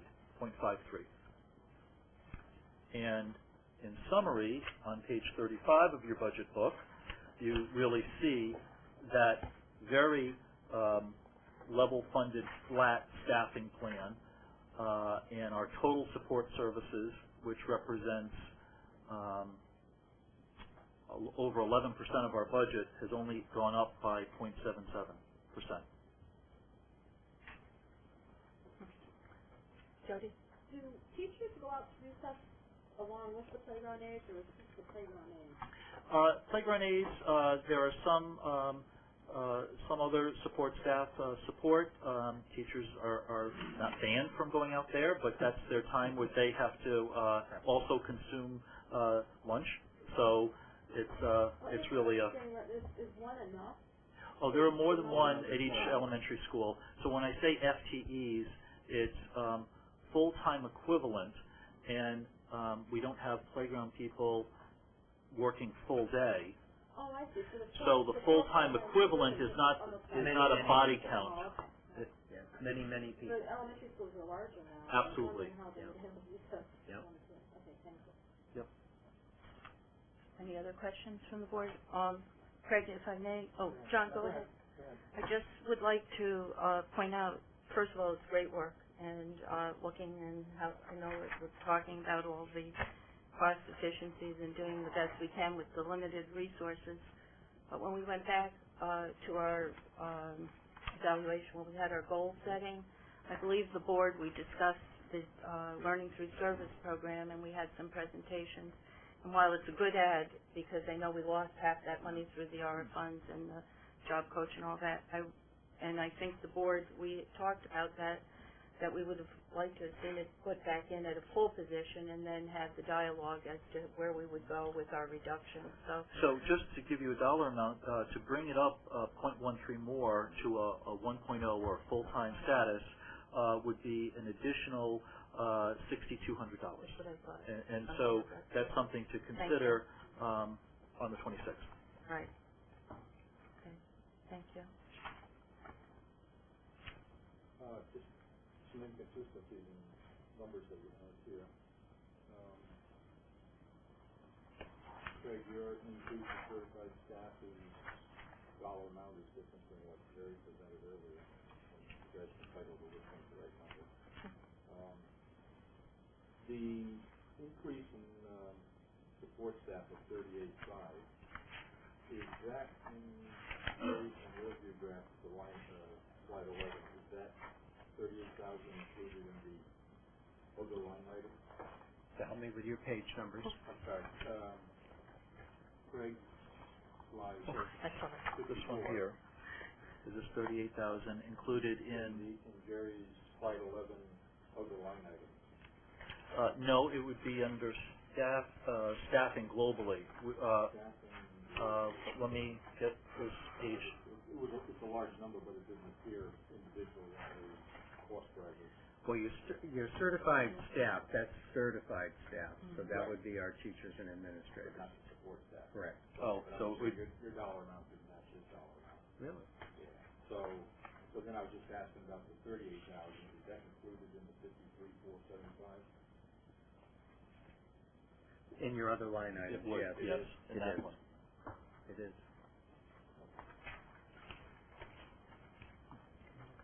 Let's move on. Yeah. Oh, yeah. You got it? Gone. Okay. Contractual services. Jerry had covered some of it. I want to talk about the instructional services, the professional development, and the curriculum development. In our instructional services, which is page 40 and 41, really that covers two cost centers. Services to the blind for some of our blind students, and the New London Adult Ed program to service our adult ed needs. We partner with Groton for the services of the blind, and we share a cost. And for New London Adult Ed, which services not only New London but Waterford, Montville, and Lyme Old Lyme, the increase, the modest or minimal increase that you see is really due to the fees of the adult ed. And Jody, just to give you, we had last year 127 Waterford students enrolled in their adult ed program, not enrichment, but actual program. And the other balance would be the enrichment component. That totals the 520. Yes.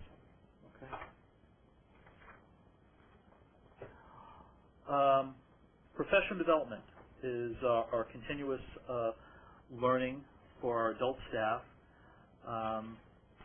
We're maintaining level funding for the district the district's two-day YPD, as well as the other multiple PD offerings throughout the year. And as I mentioned earlier with Kathleen, this plus some of our Title I funds, which needs to be spent on improving literacy and math instruction, we think we can continue in that level funding. For curriculum development, which is again on page 40 and 41, Jerry had mentioned that we have a 7-year curriculum renewal. It's a very long process, a very long cycle. This level funding is to support the timely and meaningful improvements in technology literacies and college and career readiness. We also have art and music up for the summer as curriculum work. So those 4 areas.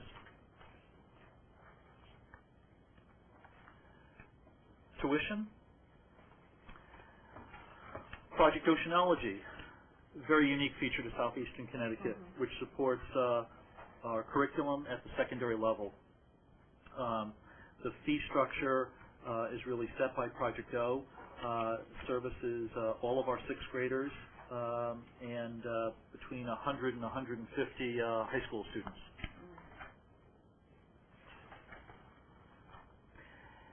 In our regional magnet schools, school choice is an option in Connecticut, and in southeastern Connecticut we have magnet schools ranging from all the grade spans that students can choose from. The numbers set forth, and I've given you a little bit of what the tuition rate is and what the dollar amounts are. The fees there are really set based upon enrollment and tuition.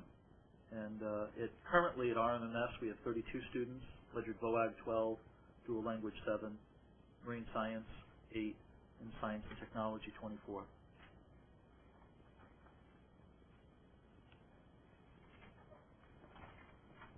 We're obligated to pay the tuition. We also have the transportation within our budget. Sure. So we currently have 32 students going to RMMS, and we're budgeting for 24.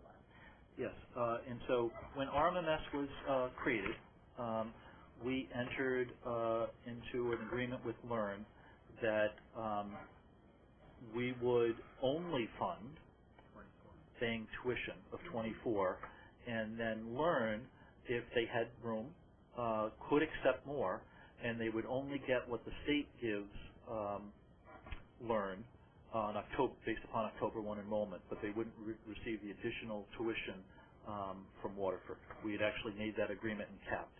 So as each magnet school has opened, some agreements like that, Sherry, have been made.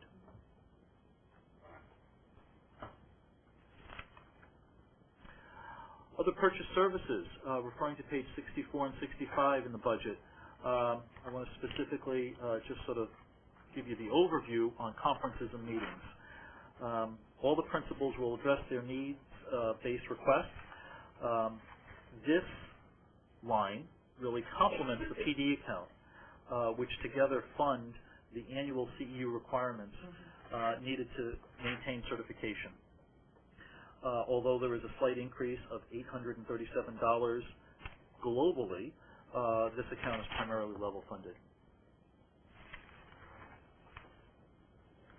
Textbooks, pages 80 and 81 of your budget. On page 82 specifically, you'll see that our math curriculum is our major content area, and as I mentioned earlier, the 12-13 budget will be phase 2 of the math curriculum, and that represents 100,000 of the 180. The middle school is level funded, and Mr. Macrino will speak next week on the high school, but there is a bottom line reduction in this account by $8,700. I was just, can you just, I know we decided to cycle in the textbooks, but how does that work exactly? Because if they're new, they're not all the new textbooks. Some of that money, is that for the finishing or refurbishing some of the texts? Or So, how does that work when we have a number of texts that we need mhm. and we're replacing them? We divide it over a 2-year period. Right. So for math, Right. you'll receive a math curriculum this spring, probably say May, and you have May and June to approve textbooks. And so before June 30th, we'll have our meeting. It is anticipated you'll approve the textbooks, and then by June 30th, so that's this year, it's money, and in July, the first week in July, next year's money, we'll buy all the math books for our curriculum and really then be able to fully implement our new math curriculum.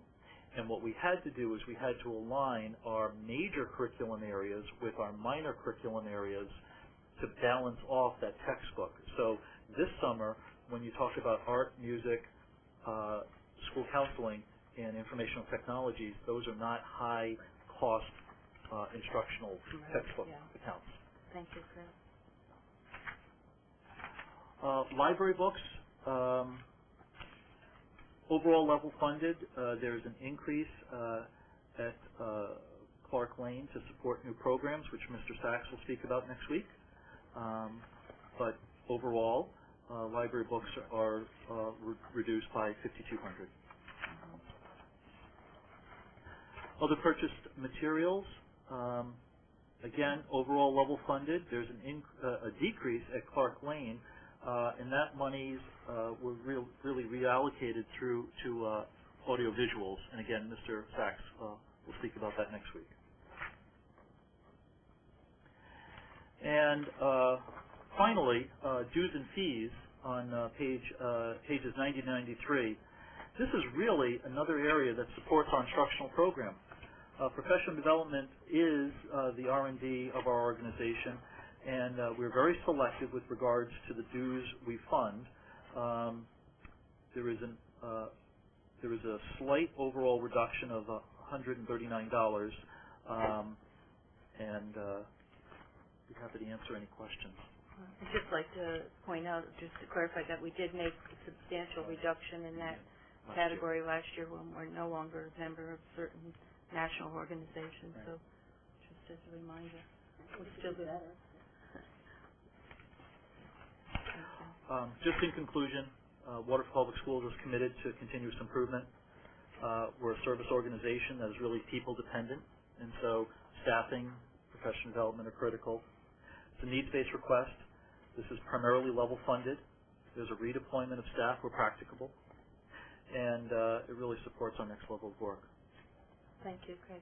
I'd just like to point out for a moment, we're trying to keep on schedule here, and we do want this to be interactive, and I would like to just point out to the board that I know it's a lot this evening, so if you have any questions related to any of this portion of what we've been introduced to, that we can come back to that as we go through. We have more time at the end of next week, and then of course we have January 26th. If we need more time, we can always schedule another meeting, and I want to leave time for our guests to have an opportunity to interact with us. So we'll go to the technology piece right away, and then we should still have time for our board.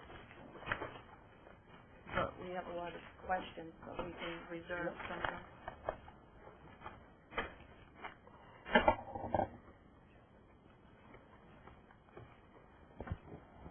Okay, so I'm Ed Crane, the IT director for the town and the school, and I'm just going to go through some of the accomplishments that the IT department did during the current budget.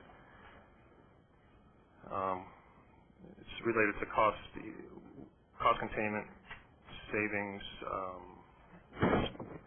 strategies that we found to work that we're probably going to carry through to the next budget. And so some of the accomplishments. To reduce hardware costs, we have virtualized some servers, which basically we're eliminating hardware out there. We're making, instead of having a server at each school, we're kind of we're centralizing them, which saves quite a bit of money. We've centralized the printer ink to one vendor so that we can kind of monitor and see how much ink is used throughout the district. By giving one vendor our business, they give us free repair. So that's something that we used to have to pay for. And also, use of free services. We have a BlackBerry server that we used to pay for to push email out to the staff phones, and we found a light version of that that's free, so we were able to dismantle and cancel our subscription with that and go on to use a free service.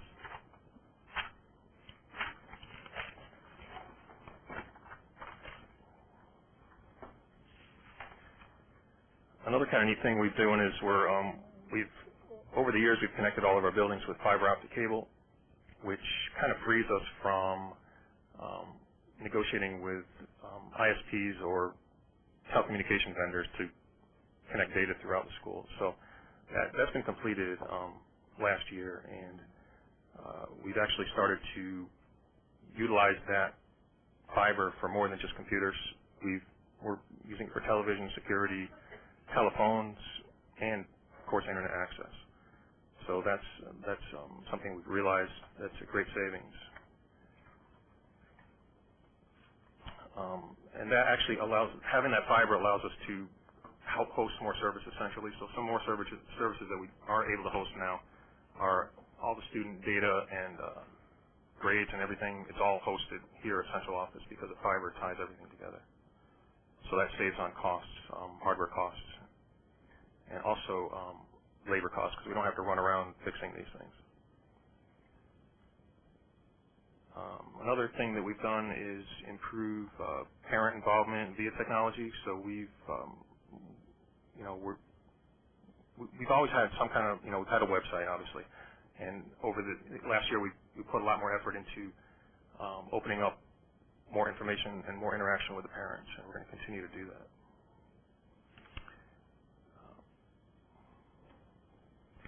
Another method that we found to save money is by sharing resources with the town. In certain instances, we're able to make a purchase and share that hardware with the town so that they don't have to purchase the same thing to do the same job that we're trying to do.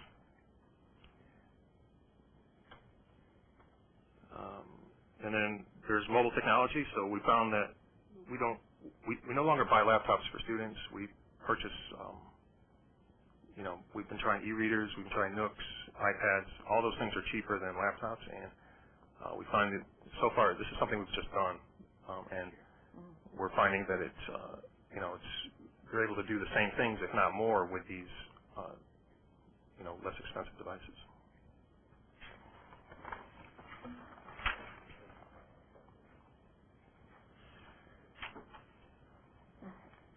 So now we move on to the current budget, and like I was saying before, a lot of those ideas are carry over to the new budget because we saw the trend of cost savings, and we want to take advantage of that. Another thing is we definitely noticed that every year there's more and more technology being used in Waterford, more and more demands, more responsibilities. People are depending on it more, so that obviously increases the technology costs, but we're trying to, with some careful planning, implement technology that allows us to maintain that performance level and service level without spending more money. So with the current budget, we think we can make that happen. And some of these things, like virtualization, we found to be a really great thing. We're not buying hardware all the time. We're just spinning up new virtual servers when we need to, rather than going out and ordering a HP server or whatever. So we're going to continue to do that.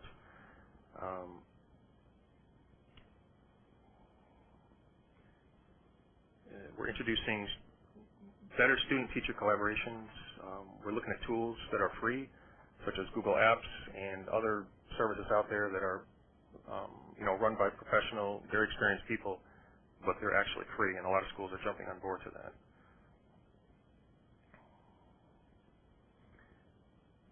And again, mobile computing, we're going to continue with mobile computing, iPads, Nooks, moving away from the old clunky laptops, saving money. This is for the students, just to be clear.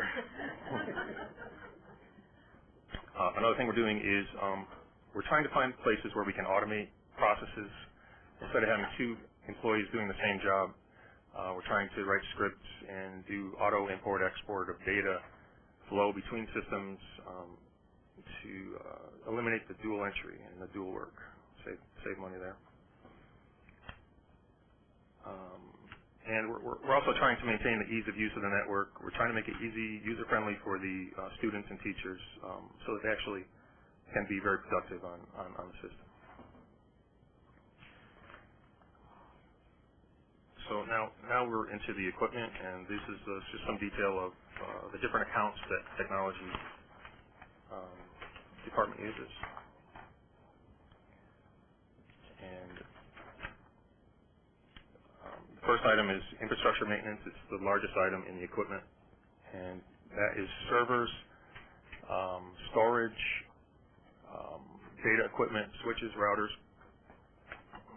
anything that is in the back end that nobody sees that ties the whole network together. Backups, all that kind of stuff. So that's $60,000. Some of that is hard to predict. A lot of times it can move over 60 and it can move under 60, but you can't predict failure. So that's a number that we use from trend data, just trends, and that number seems to work for keeping our system where it needs to be. We have in the budget an iPad lab, which is $21,000. Printers,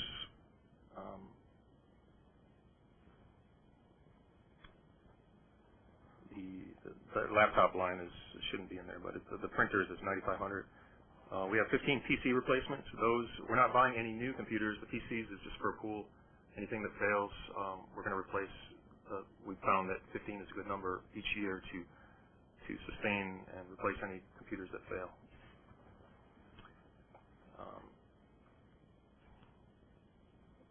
And on the same line, we have monitors. 10.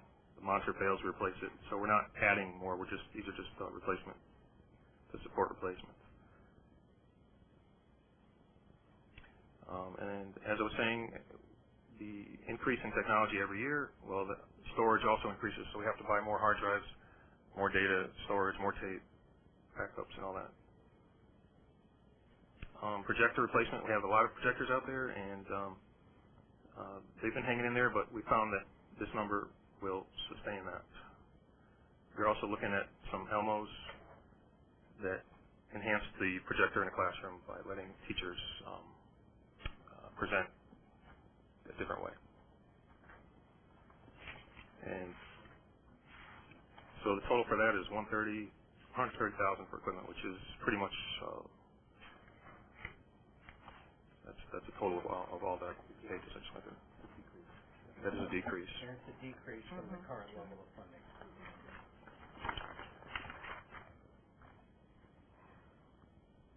That brings us into software. Software is divided into 3 categories that I divided it so easy to understand. We have the curriculum software, which is used for learning. That's what the kid uses when he's in front of the computer to learn in the classroom. And then we have the school system software, which is for the administrators and staff to take attendance and measure data and just run the school system. And then there's the operating software, which is the software in the back end that ties all of our systems together. And I don't know if I should go through all these details yet. So It gives you the sum in order to support the program and the operation of the district. And quite frankly, we're extremely dependent on it.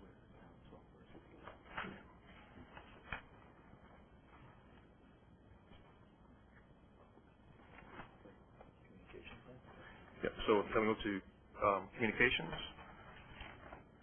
That is those are the costs that we incur to tie all of our schools together, because we have fiber between all the schools, and it's in place and everything, but we have to have a service contract so that in case a pole is hit or there's some problem with the fiber, it's a service fee that they can go out there. I think they have a 4-hour response time where they can repair that fiber. And it's all based on how far the school is from central office and if it's on a pre-existing route or not. And why isn't the high school on this? The high school is something we did on our own when they were building the Friendship School. There was a conduit, and we just kind of snuck some fiber under there and into the high school. So we actually have a pipe underneath the ground here that basically is connecting it, so the new high school will enjoy that. The Board of Ed is the... Another cost-saving measure. Very good. Underground too, that's even better. The Board of Ed is the hub, and each school is the spoke, and for the high school and the Friendship School, the spoke is underground, and we did that. But the others aren't. Correct.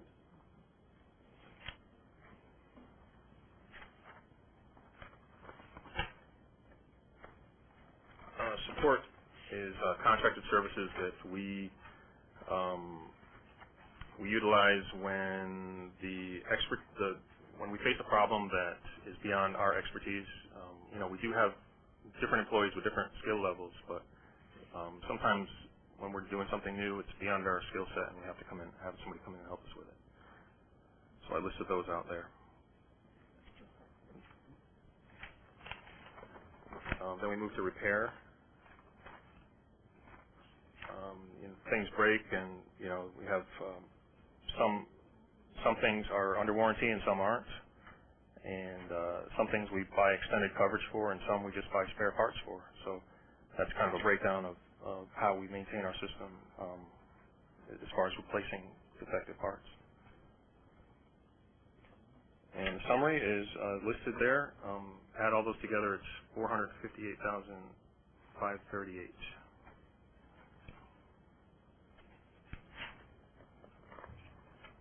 And if there's any questions, I do have staffing. Can we go through staffing? You just mentioned people... So we have, everybody has a skill set, a different level, they dedicated to different portions. Some do more school side, some do some town side, police station, library. We have a guy that just does the high school.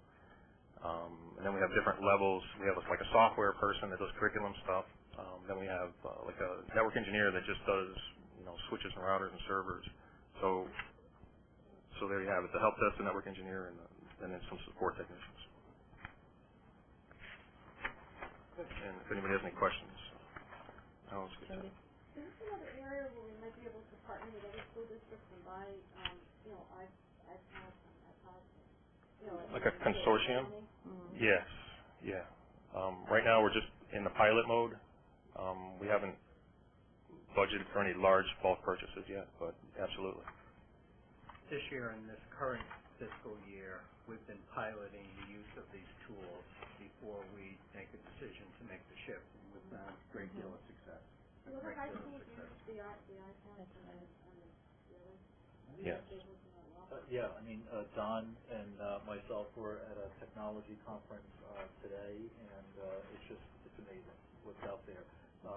Waterford, we've enjoyed through the new schools, really the purchase of the new hardware. And so over the past half dozen years, we've really been able to reduce the hardware line because we've been buying all that capital equipment, that hardware stuff through the new school construction.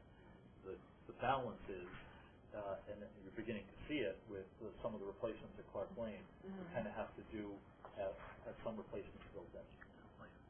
That was part of what I was going to follow up with the iPad replacement. Would that be similar to the laptop? Is the life about the same, or were they more? The iPad's it doesn't have any moving parts in it, right. So as long as it's able to meet the technology, it may not break. It's a solid state device, so okay.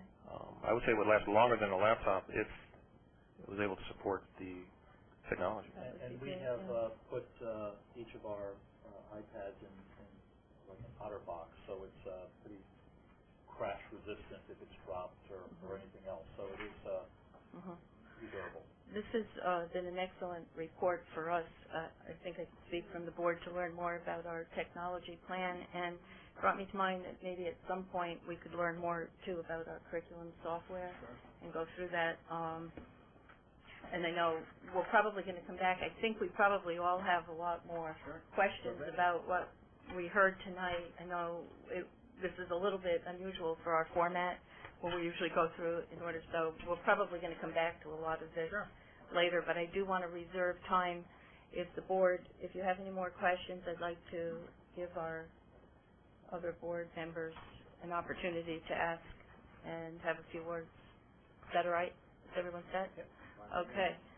So I'm sorry, we're trying to do our best to keep on schedule, and I know we've covered a lot of ground here this evening, and we'll be again next week reviewing the other portions. But do you have any questions you'd like to pose to any one of the presenters or to board members this evening? Janet? Okay. If you just state your name and kind of maybe you want to go through them all, and we can come back.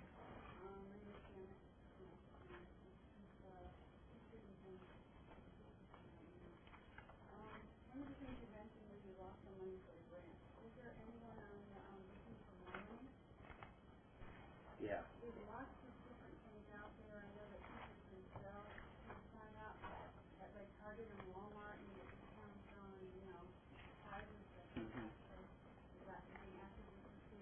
Yes, especially with the consortiums that we've joined, even on heating oil, with consortiums in the area of the school business officials have a very strong group and a very strong lobby, and they share their practices across districts all across the state. Ed's connections in the area of technology, our connection with LEARN, which serves as the regional educational center for us, really kind of serves as a clearinghouse and does a lot of the legwork that you're talking about in trying to partner us with others.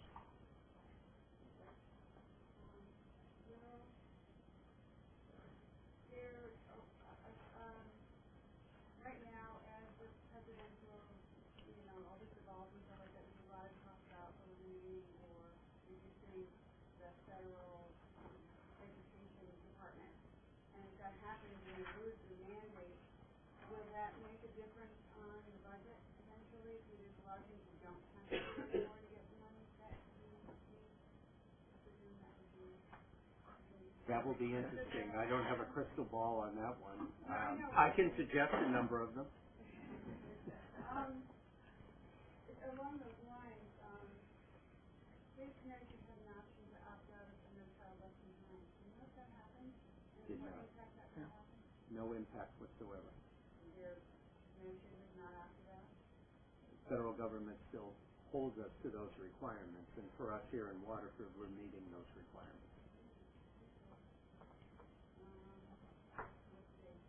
Renewable energy in your schools? Jay, renewable energy in our new schools? Renewable energy, like what type? There's something, I remember hearing something about digging for geothermal. Right, all of the schools have geothermal heating systems. So that has, an impact on your air conditioning and heat. So it's just not using electricity to move that It's actually around? extracting heat from the ground in order to heat the building. It also acts as a heat sink to remove the heat from the building and place it into the ground. Will that reduce the fuel oil? It decreases the energy cost because you're actually extracting energy from the ground. Will electricity remain the same, or is it going to cost more on electricity? It costs about 40%, 33 to 40% less than resistance coil type of heat, which is the other form of electric heat. Janet, may I ask you, because I want to get to everyone, do you have more? Because we can, and we'll have more discussion. You can come in anytime and learn more about geothermal and how it functions.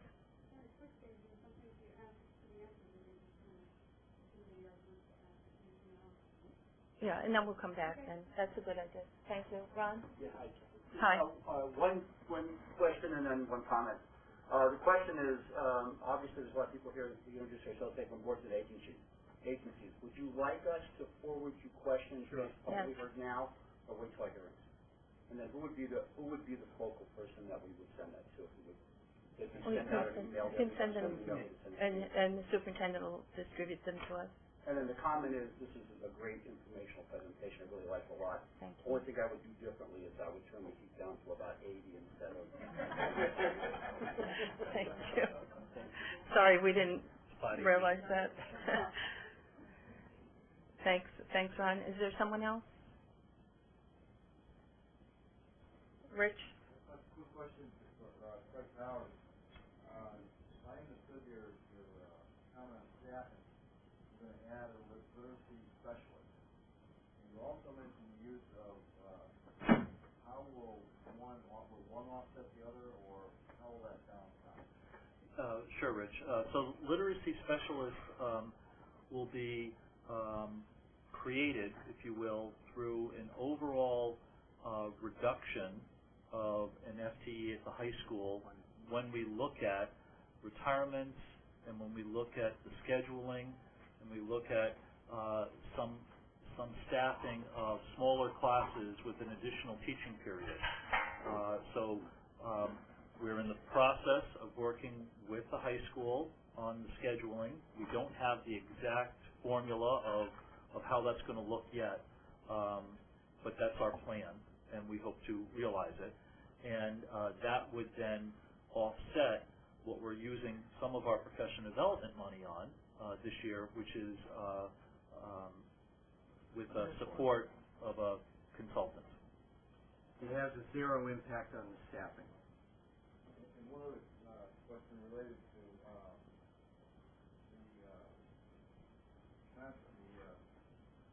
when you stand with other school districts or other organizations that you have in the school district, when purchases, whether it be electricity or on a smaller scale or supplies, does each one of those instances require a special contract or is it done? It's a bid process, and each organization that goes in on the bid benefits in the same way. And so we all agree to purchase in bulk whatever the roster of goods and services might be. The town does not have to enter into some special contract. No. Yes, Bill? We have a state contracting bid list that we can go off of, and then we also have a consortium through CREC, through LEARN, that we can have access to as well. Any other questions?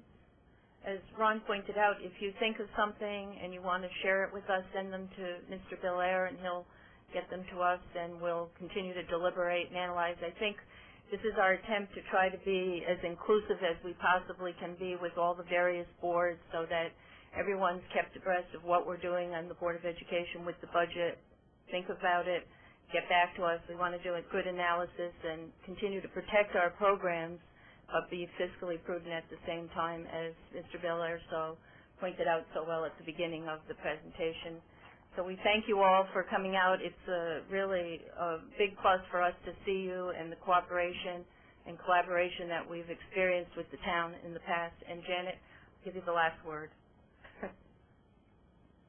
Does the increased cost of the technology for the teachers, for example, from media, directly relatable to increasing scores and ratings of the schools in the district? And how does it be measured? And that's something you don't really need to answer this Yep. question, but I'd like to eventually get an answer to that because seems like what's the ultimate value of the field trip for the kids? I mean, $78,000. What is the learning that's going on there that warrants that expense? And how do you measure that? And personally, there's costs involved from the families as well that may or not be able to have them go in the district right now because that costs more and more money out of our pockets as well. So what really is that value? That one. For IT, you're going more virtual. Does that mean that there's a lot of security issues with going more virtual? What kind of data is virtual and then you don't have to use that big separate? We're taking down your questions, so we'll prepare a response. Yep. I guess that's kind of something that I think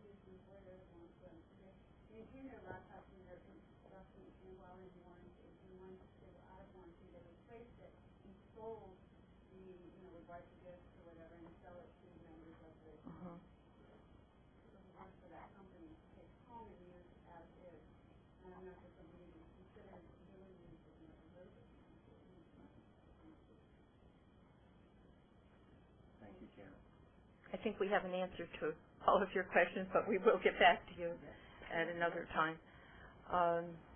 If there are no other questions, I will take and the board, again, you'll have plenty of time to go back through and ask your questions and get answers. I will take a motion for adjournment. Ann's not here, so thank you, Jody. Is there a second? Second by Sherry. All those in favor? Aye. We are now adjourned. Thank you.